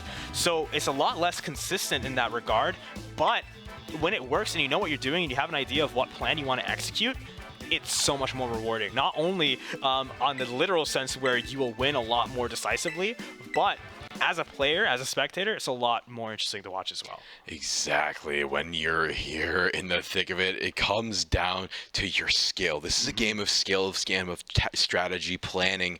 Of course, there's some luck at hand. There's a lot that goes into team building as well, but you can just tell that there's just so much information and skill that you have to consider in these Pokemon battles, and especially some teams are easier to perform as others, like this Calyrex team. There's a lot of moving parts there as well, but it's mainly just operating this one fine tool, this one perfected strike. But when someone knows how to counter out that strike, like we just saw with Rishi, things move a lot differently. You're put on your back foot, you're off balance, and then it's just a little bit harder to perform from there. And here's how things I feel probably generally work through when it comes to a new format. In any situation, anytime the meta is changed for any game, you have your first initial strategy, and that's usually something that's really simple to execute. It's a simple game plan. You can't get something simpler than you have your sweeper and you just use a lot of redirects and switch and support to make sure it stays up. It's going to be able to wipe out most teams because everybody's still trying to figure things out. Maybe people are running things that are probably going to end up being weak to that, or they don't exactly have a strategy. They're not aware of what you're going to be running. They're just not used to operating the complex team that we may have built, right? Exactly. Yeah, they're operating a team that is complex and a lot of moving parts, but it doesn't really have any goal to work against. But now things are slightly more figured out, far from being figured out. I feel like no matter what format it is, Pokemon can never be solved. But in any case, things are a lot more ironed out. We're seeing some more common strategies. And when you do build a more complicated team, you are able to actually engineer it to serve a specific purpose. And that's beating out the other common teams. So I feel like now we're seeing the Golden Go come out with the Urshifu, with the Surging Strikes. But with that Sunlight, it's actually going to be doing reduced damage if it does go for the Surging Strikes. Yeah, this is interesting. A very interesting setup so far. A way different lineup, not expecting keeping potentially the Calyrex in the backseat here. Now threatening with this Urshifu is going to be pretty dangerous for Rishi. And here's a good opportunity now to correct the mistake I was making before. With the Dark typing, you are immune to priority moves that are boosted by something like Prankster. So while Sucker Punch is a priority move, it wouldn't be blocked out by that Dark type Terrestrialization on the Gothitelle. So it is probably just going to switch out to avoid any issues that it might run into there. But with that Protect coming out, we're going to have that Golden Go nice and safe. It's just the Koraidon now, and that Urshifu is going to be able to act, but the U-turn is going to come out. Meant for the Gothitelle, but either way, happy to land it on the Rillaboom as well. It's going to do extra damage. It's going to be pivoting back in. Oh no. Pelipper. But there's already so much fake out pressure here from that switch. And sure, he ate a U-turn, but now he's going to go Pelipper. Pelipper not going to be able to do all too much for the next turn. Or Koraidon's own U-turn onto the Golden Go. But with the speeds, we're looking at here 229. So Koraidon will be able to go into Pelipper first. You could just U-turn into Pelipper after maybe a fake out onto Golden Go. There's a lot of options you can go here if you're Rishi. But ultimately, he's up there for a reason. I'm back here for a reason. I'm sure he's going to come up with something that's going to set himself up for as much success as he can. But it seems the Pelipper is just going to go for the protect. Not really anything you want to try wide guarding. Golden Go, protected last turn, is going to be forced to take some kind of action here. It's going to go for the Shadow Ball into the Koraidon slot. Maybe seeing if he can try to catch a pivot from the Gothitelle to come back in. We're going to have to wait and see. Fake out is going to come out. It's going to go onto the Pelipper instead of the Golden Go. And now, we're going to see the Koraidon go for the U-turn onto the Golden Go. We're going to switch out now. And I believe we're probably going to see either the Gothitelle or what else did Rishi bring? Can't really say for sure. It's going to be the Rotom once again, running with the same team as last time. No surprises left. Lewis here, having knows the entire team. That Shadow Ball gonna do a decent amount of damage, but not gonna quite take out this Rotom. And here's the setup that I think Lewis or Rishi might be going for here. U-turn with the Rillaboom to bring out the Koraidon, turn the Weather Ball from Water type into a Fire type move once again. And both of these Pokemon will be totally fine taking a Fire type move. Koraidon being a Dragon, Rotom of course being a Fire type. Exactly. He wants this Sun up so badly, and he has a lot of options to do it. This Pelipper now able to be U-turned on. It's looking relatively good for Rishi, but he still hasn't done all too much. I'd say Lewis still controlling the pace of the game so far, a little bit healthier. But now, kind of making that read, he's going to get the Calyrex out, which will threaten the Koraidon. Dragon typing is going to be weak to the ice, but Koraidon, it does have the Terastallization into the Fire type, which no Terra has been committed yet. I don't think you'd be able to find much usage off of the Dark type on the Gothitelle this time around. And with the Sun coming out as well, Terra with, hey, guess what? Golden Go doesn't have Follow Me. Wow. So you have two Fire types facing down. A Steel type and an Ice type. Not looking too great. Rotom committing the Volt Switch is an interesting play. Bring out the Rillaboom, now you threaten Fake Out. Exactly, right? Wow. This is the most amount of swaps we've seen so far. He wants this Calyrex here. He wants it to stay, and he wants it to go down. So he's probably going to Terra into the Fire typing on the Koraidon, use Flare Blitz into the Calyrex. If he protects, he protects. Golden Go's not going to really be able to threaten this Koraidon. I say that, but I actually don't know if that's true. It does have Make It Rain and Shadow Ball. It's a Steel type move. I think Rishi's in a very good spot right now. He's sitting relatively in a nice spot. Gothitelle has Fake Out though. Oh, yes, Gothitelle does have Fake Out. Not just Rillaboom. Gothitelle running Fake Out as well. This Golden Go has so much pressure on it right now, and really, if he swaps to anybody else, it's not looking too great either. Got to do something here, and Calyrex has no choice but to protect, really, facing down this Sun set by Koraidon. But he makes the read. He's going to go for the U-turn once again. Maybe bring out the Rillaboom. Threaten to Fake Out again. You're right. You can do this forever. So much movement on this team. These Fake Outs are just like revolving doors. Even better, bring out the Rotom. This is your second Fire type. You don't even have to commit to Terra this turn. You can just threaten it with Solid. It's going to hurt, though. Oh, yes. But she is holding on to a, I think she's holding on to Focus Sash. Either way, no, Safety Goggles, but wasn't going to go down regardless. Calyrex is going to protect itself. But now it can't protect against the Overheat. Exactly. It's exposed completely. You protected your Terra, you protected your Koraidon, you still have the Sun, there's no follow-up here, or there's no follow me here. I mean, to be fair, and he can't switch. I was about to say, at least you can just switch. But the Shadow Tag, he's locked in. And he has Protect, so Gothitelle's not going down this turn. I think this is as comfortable as I can feel saying this is a guaranteed KO of the Calyrex. Golden Go does go first, though. It needs to knock out this Rotom. Yeah, okay, that is true. That is true, unless... Oh, the Gothitelle's being switched out. Okay. Just using Shadow Tag as pressure. The force switch, there's the Rillaboom. Now there's Fake Out pressure once again. Exactly. We're going to see the Terra come out. Probably going to be the Water type onto... Oh, actually, no. It's going to be onto the Golden Go. Oh, Fairy. Wind condition potentially. Fairy type Terra will be coming out. And, we'll see what it's going to go for here. Shadow Ball. Needs to land this. It needs to take this Rotom out. And it does with that crit! I knew it was going to crit. I was like, you got to just hope for the crit. He finds it. But guess what? Oh, the Calyrex getting a boost as well. And the Glacial Lance. going forward is going to take out the Rillaboom. Yeah, it is. Now it is going to get the boost. You have to get the KO yourself to get the boost. I thought you were saying he was going to get it off the Rotom, but that's 2 Pokemon down now. So that's a double boost, but it's really slow. Still no Trick Room up. Foul play is now going to be doing a lot of damage with the fake out pressure as well. He's forced to protect. Plus, if he plays this right, he still has Terra. He can Terra the Koraidon to be immune to the, like not immune, but take a lot less resist. Yes. The only problem now is he can't set Sun anymore. Pelipper can just come in and get rid of that Sun, which would be reducing the fire type damage and change its move into a water ball, which would threaten the Koraidon. Yeah, there's a lot of options here.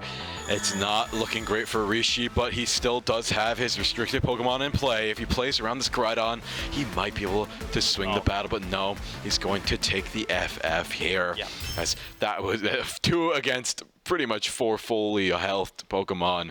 It's just a little bit too hard of a battle to make. This is such a good team on both sides here. What I'm realizing with this setup is this, like I said, we're at the point now in the regulation where it's not like there's just one team that everyone's going to run. People have had enough exposure to the regulation now to build teams that don't necessarily counter those teams, because then you become vulnerable to other types. You just build solid teams that have answers to those common threats, which is exactly what we're seeing here with these Koraidons, which are threaten these Calyrex teams so well, and they force the Calyrex teams to like actually have to really make some tough choices sometimes instead of just going for the same Follow Me and Glacial Lance, which is such a strong strategy. Yeah, there's so much pressure on the side of Rishi's team, but it takes so much to make sure it works. As you saw, it was like a revolving door. It had to keep doing its cycles, trying to force the perfect moment. Like, I don't know if that crit mattered. I'm not a mathematician here, but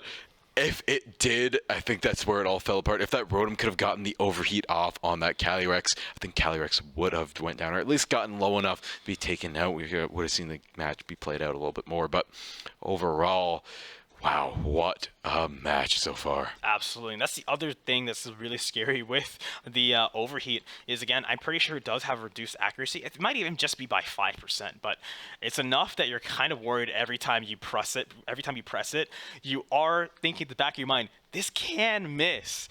So even if you do get that overheat and you're going to be able to land that with all things considered against you, you're going to go first, you're going to have this going for you, you have the Sun, you still have that chance to miss. And in Pokemon, 5% when it comes to accuracy, is you feel it. You remember those 5%. Yeah, I'm pretty sure it genuinely is just 5%, but when it comes to Pokemon, like a 10%, 20%, these feel like they're basically doubled the odds of missing.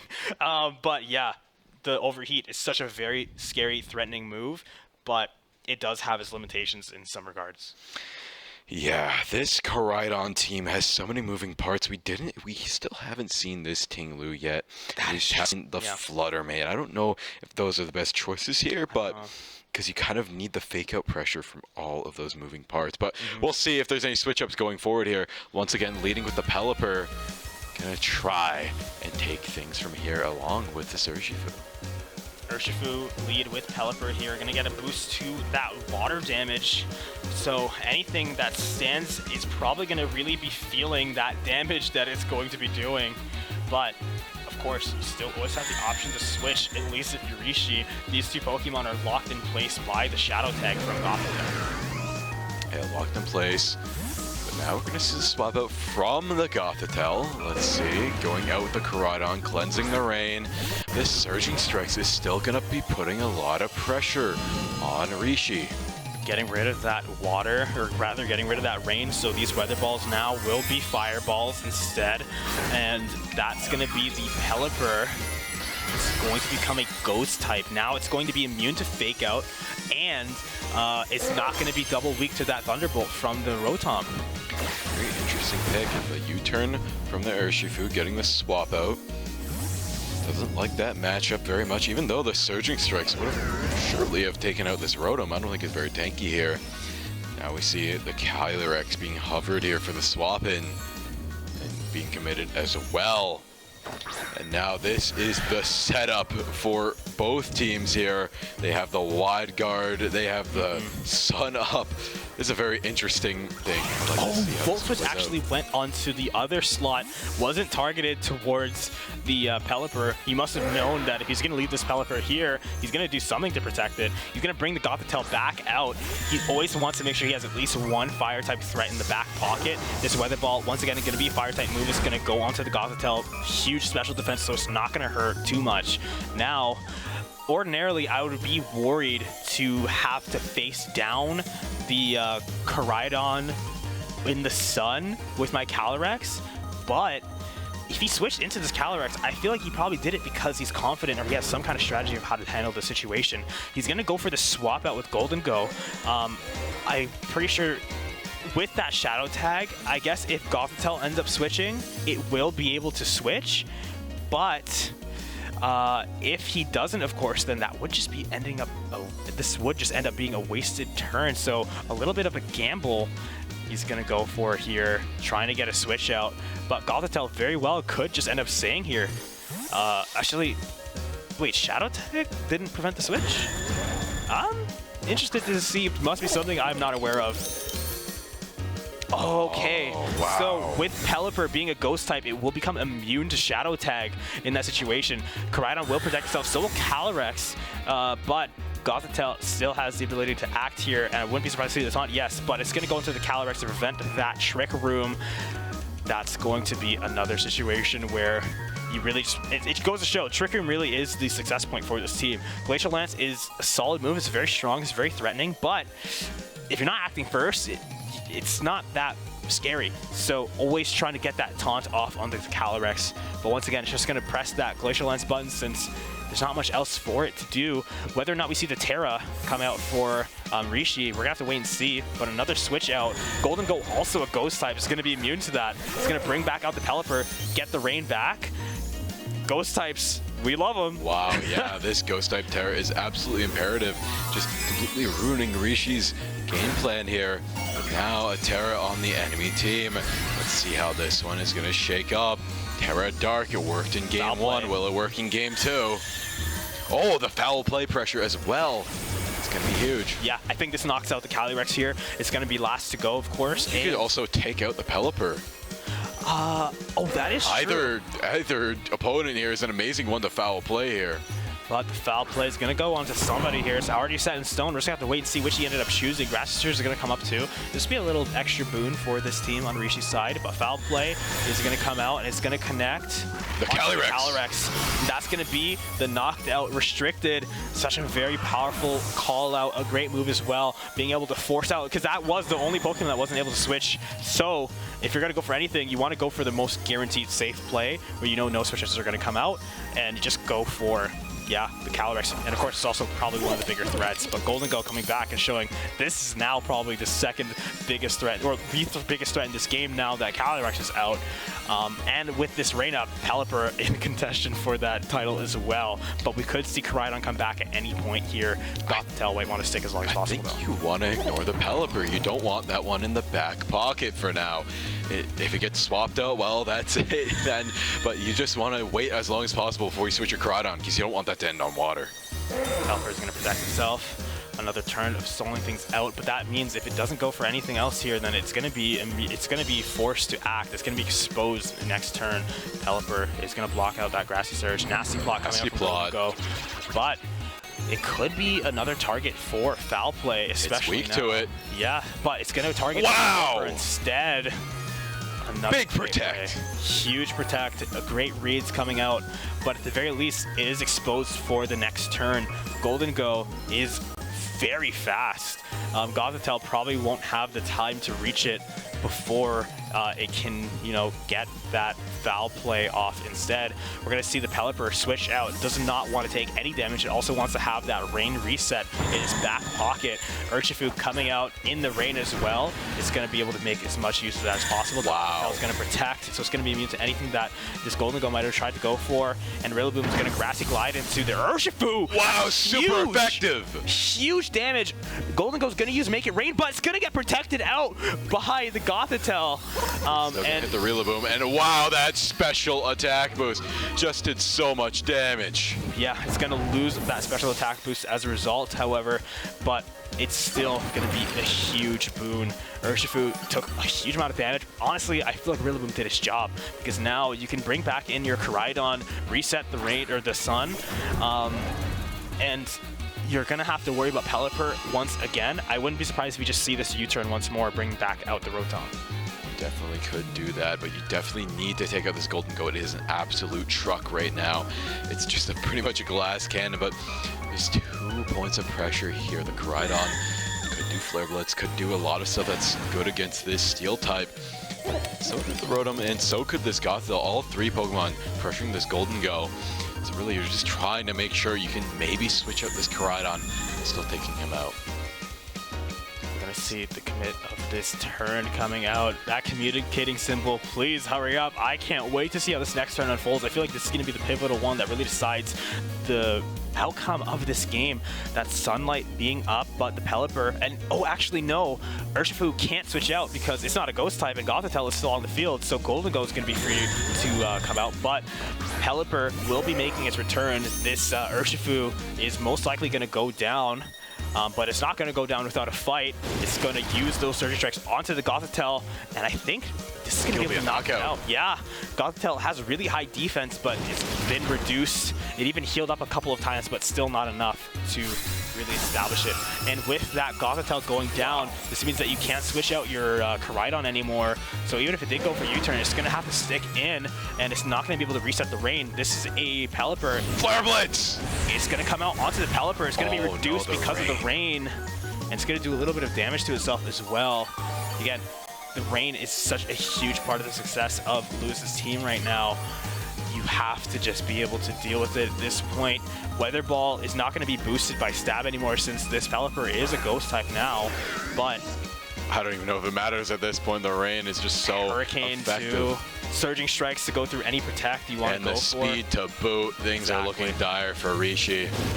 There it is, taking out the Rotom in a mere 2 strikes. So Berry does get eaten. True. Might be able to take all 3 here. But it will still go down, unfortunately. Oh, it could take 3. It could take 3. Yeah, that's the impressive feat. It was able to take 3 of those hits, but it's going to fall regardless. Lewis bringing this back. Very strong plays coming up from both players, but I really do believe that with that final turn coming out, Rishi is going to be able to take this one out. Collision Course is going to go onto the Urshifu, but that's just going to bring back out the Golden Go. And that's another play, another turn done. But the Hurricane will end things here. Yeah, all said and done. Lewis is going to come out on top, and that is a fantastic game played. So many ups and downs. We got to finally see the Koraidon versus the Calyrex matchup, and it basically went as interesting as I was expecting and hoping it to. It really comes down to so many different factors. It's just, you gotta play Pokemon. Sometimes you win, sometimes you lose. And that went all the way to game 3. Both teams very, very strong, but that Ice Rider just is very consistent. And at the end of the day, let's be honest, it wasn't Ice Rider that won that matchup. It was the Golden Go and the Pelipper. Basically, yeah, that was very interesting enough. That wasn't even, this felt the least like Restriction G, or that we've seen, Regulation G, because of the fact that, yeah, we didn't really get to see Ice Rider do too much. And even Koraidon, it hit like once or twice. Both of these Pokemon just kind of acting as supports for their team. Well, Koraidon offering a lot more support because of that sun, able to change the weather, change so many dynamics of that match. But Calyrex, guess you could say supporting that team, but just by acting as such a huge threat. Yeah, I like the idea of the Koraidon switching out with the fake out pressure, but I think if you're gonna have it in that more support-oriented play style, then maybe you even just give it Helping Hand at that point, because Flare Blitz really didn't see all too much usage. It could potentially, but Collision Course also good, but I don't know. Well, there goes one Pokemon. There goes Quaxley. But we'll get him after the break. Maybe but that's nonetheless. But wow. Yeah, like you said. Great plays all around. Incredible match. But going to the grand finals, this might surprise you to hear, but Diego actually lost his match to Kazuki. We're going to have a grand finals where we're going to be seeing Lewis go up against Kazuki, and we're going to have a very interesting grand finals indeed. We're going to see who's going to come out on top and walk away with those points. But at the end of the day, ladies and gentlemen, everybody here is a winner, especially us, and especially you for getting to witness all of this Pokemon action. But we're one game away from taking things to a close, so don't go anywhere. I don't think you'd want to miss the conclusion. We'll see you guys very soon.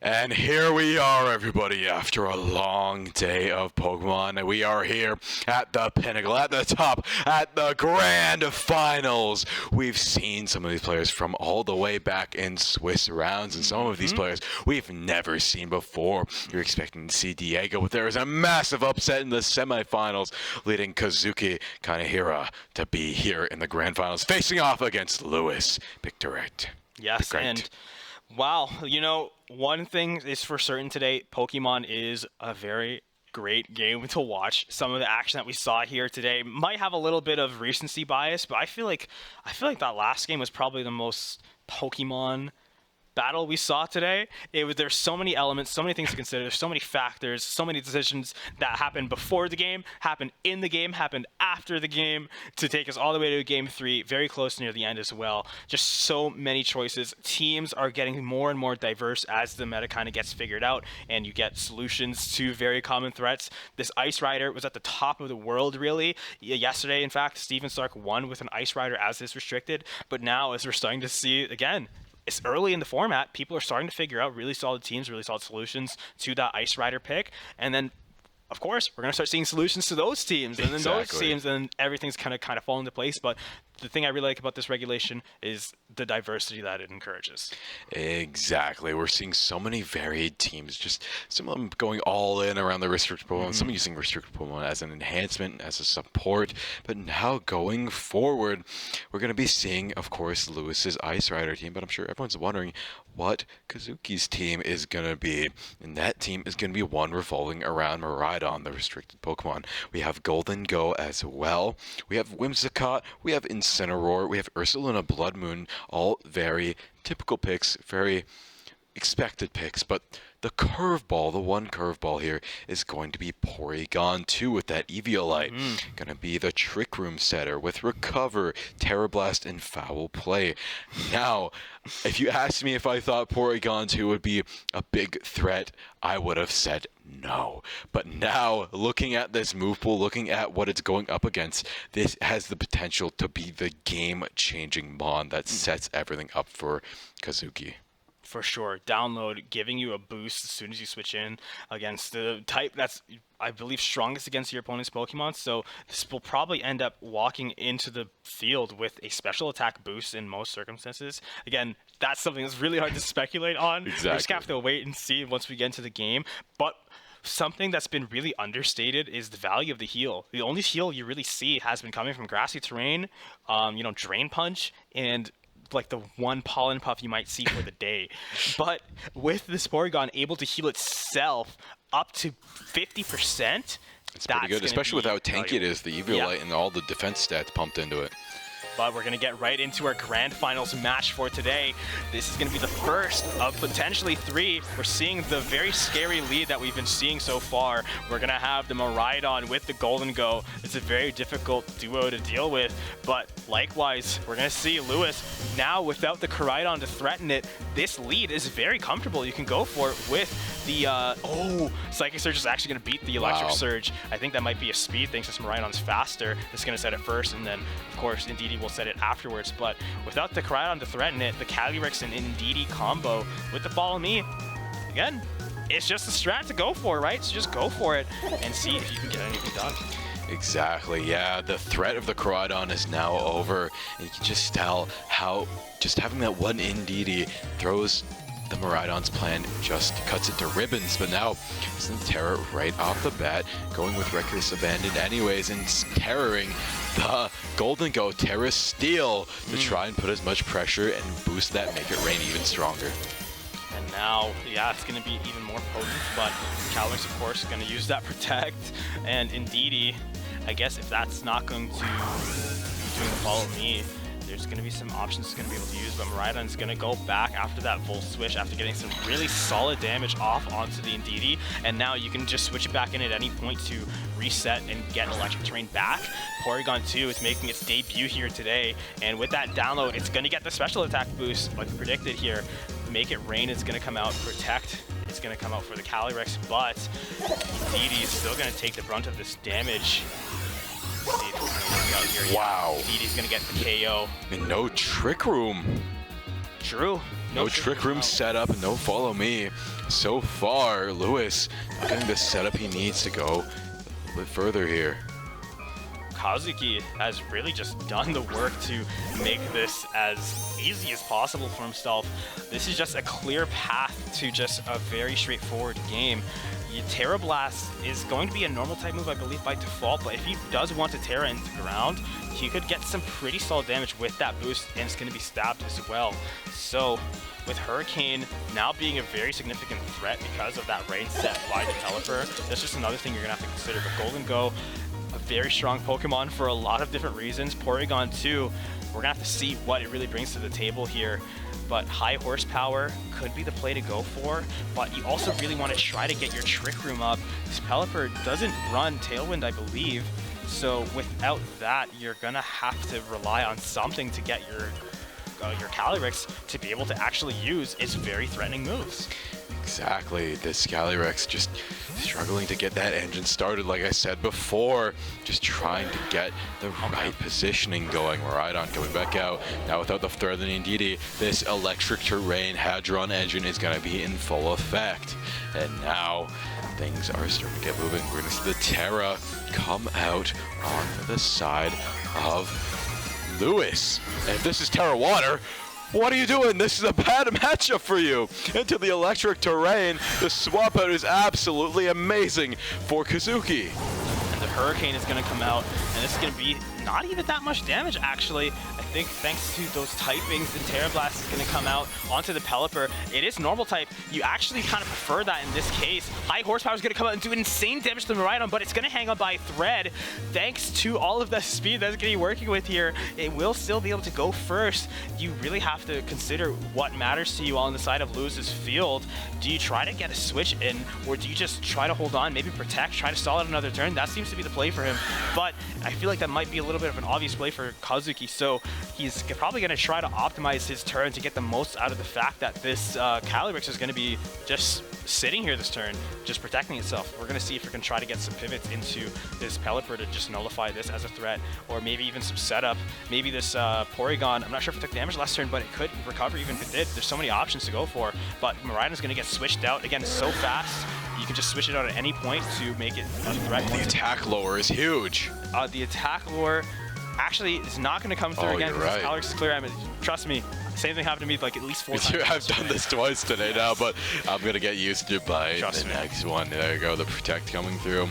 Weather Ball also coming through in the rain. It's going to take out this Incineroar. Oh, it's not! It's too bulky, but that's still really solid damage. Pelipper is going to go down, of course. Going to get taken down by that Terra Blast. Yeah, Terra Blast is actually really good move. This is a really good stab move for this Porygon, because if you do stab, then you get the ground, which would be good coverage against the Miraidon. And if you don't want to, you're getting stab boost anyway, since it's a normal type move. Amulis is going to come out, and this is also going to be a huge threat because once again, it threatens the Spore, it threatens the Rage Powder to redirect, and right now, we might have lost one redirector, but right now, we just come back and we have another one, and this Calyrex is still at full HP. It's a water type now as well, so even if Incineroar is able to land a solid hit, it's not going to have the super effectivity that it would. Oh, the fake out though from the Incineroar going to delay this Calyrex even more. And now a fake out from the Amoonguss is going to take out the Incineroar, but that leaves this Porygon able to do just one more move. Amoonguss using the Spore, however. But since Electric Train is up, it won't be able to fall asleep. It's going to get jolted back awake thanks to that terrain. And now Kazuki is going to have to decide what Pokemon to bring out here. You could go for the Golden Go, try to think what that would really offer you here. To make it rain would be a pretty good threat. I'm not sure if this Calyrex is exposed though. If it is, then that would be another thing you have to try worrying about, is to get it exposed, make it, you know, get rid of that Protect, something you have to worry about. This Amoonguss, against with that electric terrain out, you don't have the Indeedee to reset that psychic terrain, so no sleep is going to be a problem. This Amoonguss basically just acts as either a Pollen Puffer or Rage Powderer, which gonna use that Pollen Puff onto Steel Beam. Calyrex Steel Beam is going to come out onto the Amoonguss. It's going to do huge damage. In fact, huge enough to knock it out immediately. It's going to do some self-damage in the process, but you're more than happy with that, as it's going to get rid of that Amoonguss. Foul Play going to come out for a little bit of extra damage. High horsepower to the Golden Goat. It's going to knock it out, but guess who's going to be right back into the action on an electric terrain? It's going to be Miraidon, and I think that very well just might be the game. I think that might be the game as well, especially with the Water Terra type coming out on the Calyrex. It's going to be weak to this electric type Miraidon here. This is going to be an absolutely insane finish. Miraidon at 1 HP, a little bit of a higher or lower roll. Things could have been way different. Now it comes down to this last turn. Yeah, just protect, maybe even just stall the electric terrain. Maybe that will make a difference in that calculation. But again, with Electro Drift doing double damage with the super effectivity, I can't see it working. And this is kind of something coming back to bite you when you're in your team builder. You will pick the Terra type water to help get rid of some of the more common threats you're facing as the Calyrex, you know? Getting rid of the water threat is actually huge, or getting rid of the fire threat's huge, but now it's coming back to bite you because now it's making this matchup even worse. The Miraidon's gonna completely demolish and devour this Calyrex with that Electro Drift, and that's of course going to be game 1 going the way of Kazuki Kanehira. Yeah, an amazing game from Kazuki, and a great game from Lewis as well. He stuck it out there, but Kazuki just had those plays, just was dialed in the whole time. And now we're moving in. He is now on the series point. Just one more game away from winning, getting those coveted points to potentially go to Worlds. Meanwhile, Lewis now has to make the climb back. Of course, and you gotta try to recover. We saw Lewis able to recover from a lot of very unfavorable situations in the last game. We saw what Koraidon's capable of. I would favor Koraidon in the matchup against the Calyrex, but he was still able to pull it back with that team and made it work despite all of the hindrances in his way. So of course, he's still going to be more than capable of winning this series. Both of these players are very strong. We just have to wait and see what they're going to try to bring into game 2.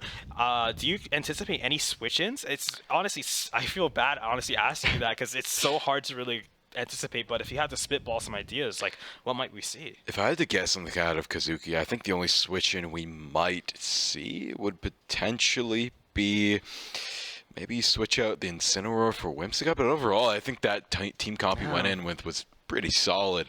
And now going over to Lewis, would you switch out over there? Maybe the Amoonguss, maybe go for the Urshifu, get a little bit more pressure, attacking pressure in here. Let's see, once again leading with that team, but now going straight for the Amoonguss, not even trying to get rid of this electric terrain here. Yeah, so once again, with this electric terrain being up, Spore is just completely irrelevant. Another thing I was considering is if you do decide to go for Whimsicott, that would also be immune to Spore. So you would just have another check to switch in. It would basically be the same as having, you know, safety goggles on your Incineroar to switch in. So it would be another reason that would be more valid to take than the Incineroar. Whether or not that was the choice that Kazuki made, we're going to have to wait and see. But we're seeing some choices coming out from the Calyrex. It's going to be switched out, bringing out now the Indeedee. It's going to go for the wipe of that electric terrain. And that actually means that the Spore, which I'm sure the Amoonguss went for, is going to be coming out, and it's going to land on one of these Pokemon. Well, probably going to be on the Miraidon, since I believe Golden Go would be completely immune to it. I know it's immune to, yeah, status-type moves thanks to its ability good as Gold. So it's going to just go for that Terastallization, probably just try to find some damage here. Probably just hitting that Indeedee slot, because either way, you're happy with the damage that would be coming out. There's that discharge hitting everybody on the field. Not going to do all too much with that Make It Rain. Might have gotten the setup it needs to wipe these Pokemon off the field, and it does! Takes both of them out in one clean sweep. And just look at that already. 2 Pokemon down. I feel like what's scary to think about is the fact that Golden Goat just might do the Calyrex thing better than Calyrex. Its only real hindrance is the fact that it doesn't get the boost afterwards. It's gonna be reducing its attack, but with the typing, with the ability, the threat it has on 2 Pokemon immediately, completely wiping out 2 options. With that Terra as well, Steel is a type you're more than happy to have. It's stats are insane as well. This is one of the strongest Pokemon you could have on your team. We're going to go for that Glacial Lance, and Miraidon could just go for a U-turn and really, or a Volt Switch rather, and just come back out and just reset once again with the electric terrain. But Wide Guard's going to be the place to protect from Make It Rain once again. Miraidon's going to go for the Volt Switch onto the Pelipper. That's going to be super. Wow, 1 HP! I think that's going to be the Focus Sash holding it on here. Yeah, that's basically a Pelipper gone, because it also is very slow. You're not able to find these Trick Rooms that are so important to find. And since the Pelipper went for the Wide Guard, I wouldn't be surprised if maybe the Calyrex went for Trick Room. That might be something that's important that could have come out. But in that case, okay, Golden Go did go for Make It Rain. I think that's going to take out the Pelipper here. Yeah. Oh no, the Wide Guard. Yes, you're so correct. My bad. Okay, so this Golden Go is going to be holding Specs, but Glacial Lance is going to come out. It's not even going to really do too much here. Intimidate. Oh wait, never mind. Clear Water. It's just the Fire type and the Steel typing on Golden Go, plus its stats make it so hard for it to really matter. But I believe he's going to go for Trick Room this turn, and yeah, with the Choice Specs on the Golden Go, he's locked into using Make It Rain. So that means that Wide Guard will have an effect here. Whether or not you're going to predict the switch out, or you're going to just press that button and hope that, you know, Wide Guard doesn't come out this turn, it's important to go for it. But he's going to go for that switch out. So Trick Room will be coming out this turn. That's why we're going to see the Porygon come out, because I believe it is still a pretty slow Pokemon, thanks to the fact that it is a pre-evolved form. It's still going to be pretty tanky, however. Yes, it is very slow. In fact, it is slower. It might actually, no, because this Calyrex is level 80. Terra though, Terra Ghost on the Pelipper, trying to just outlast one more turn, trying to get rid of that fake out pressure as well. Did use the fake out. And it's Psychic Terrain, didn't even matter at that point. Weather Ball is going to come through. That's going to be a huge boost, a huge stab as well. Taken out Incineroar with the rain. That boost is absolutely massive. And now Calyrex getting the Trick Room off. He's on his last legs, he's up against the wall here, but he has everything in his toolbox that he needs to perform. Yeah, this is as comfortable as you're going to get in this matchup. Really, you can't ask for too much more on the side of Lewis, but of course you want more. You wish you had a little bit more, but with the Miraidon coming back out, it still has Volt Switch. Yeah, because the Golden Go is still up, it's just really low. High horsepower is obviously going to be the play for the Calyrex, and it is going to act first thanks to the Trick Room. I think Porygon will be second to come here. But with Pelipper using Wide Guard, it's actually just going to go for Protect here. You have to worry about the Terra Blast that could come out onto either of these Pokemon. But high horsepower. Wow, it missed! It's a miss! Just a straight up miss. Electro Drift is going to get blocked, so thankfully might not hurt too much if you're Lewis. But Porygon using Trick Room itself, I guess just maybe stalling a turn? Oh, well, goes back. If you use Trick Room twice, the dimensions return to normal. It's like multiplying by it. Is that that's the negative interaction? Number, yes. That is crazy to think about. So now Pelipper gonna go for the Protect twice in a row, because what else can you do? And Miraidon gonna get that Electro Drift off. It's going to connect onto the Pelipper to knock it out.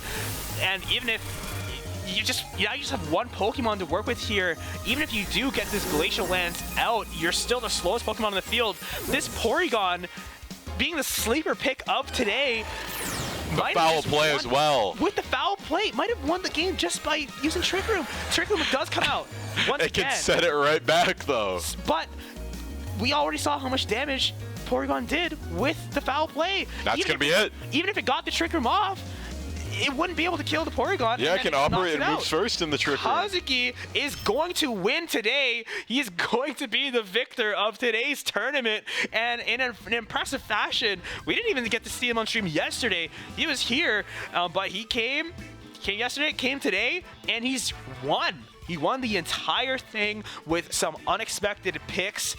Gotta say, I'm really impressed with the Pokemon we got to see here today from both players, of course, and of course to all the other competitors as well. Yeah, an amazing day of Pokemon. Lots of ups, lots of downs, lots of varieties of teams. And hey, guess what, everybody? An Ice Rider team did not win today, as many people expected. And now we're seeing that Miraidon being the victor of everything at the end of the day. Yeah, so the Ice Rider was yesterday, Miraidon was today. Who knows who's going to be tomorrow, because the action is still far from over. We still have so much Pokemon to play over this weekend, and of course extending even into Monday. So hopefully you will join us for those games. But overall, today has just been another incredible series of Pokemon battles. Could not ask for really anything more. The Pokemon, the choices, the teams, the diversity of the teams, gameplay, the skill, all the different interactions, the terrains, then the fake outs, then you can't fall asleep, you can fall asleep, you can't fake out. It's so much to keep track of. We're learning so much about Pokemon, things that we didn't know about, things that we're getting reminded of. Completely, it's a trick room. Honestly, Shadow tag, switch out, Terra Ghost. Wow. Oh, such an incredible amount of things to consider. And again, this is why I consider Pokemon one of the best strategy games out there. But ladies and gentlemen, that was all the action just for today. We have still so much more tomorrow and the day after. Thank you very much for joining us. Of course, we cannot wait to continue things tomorrow. Don't miss out. The action is once again just getting started. We really hope to see you there. Thank you to everybody for watching. Thank you to everybody for attending. And thank you to everybody for helping out and having this event come through.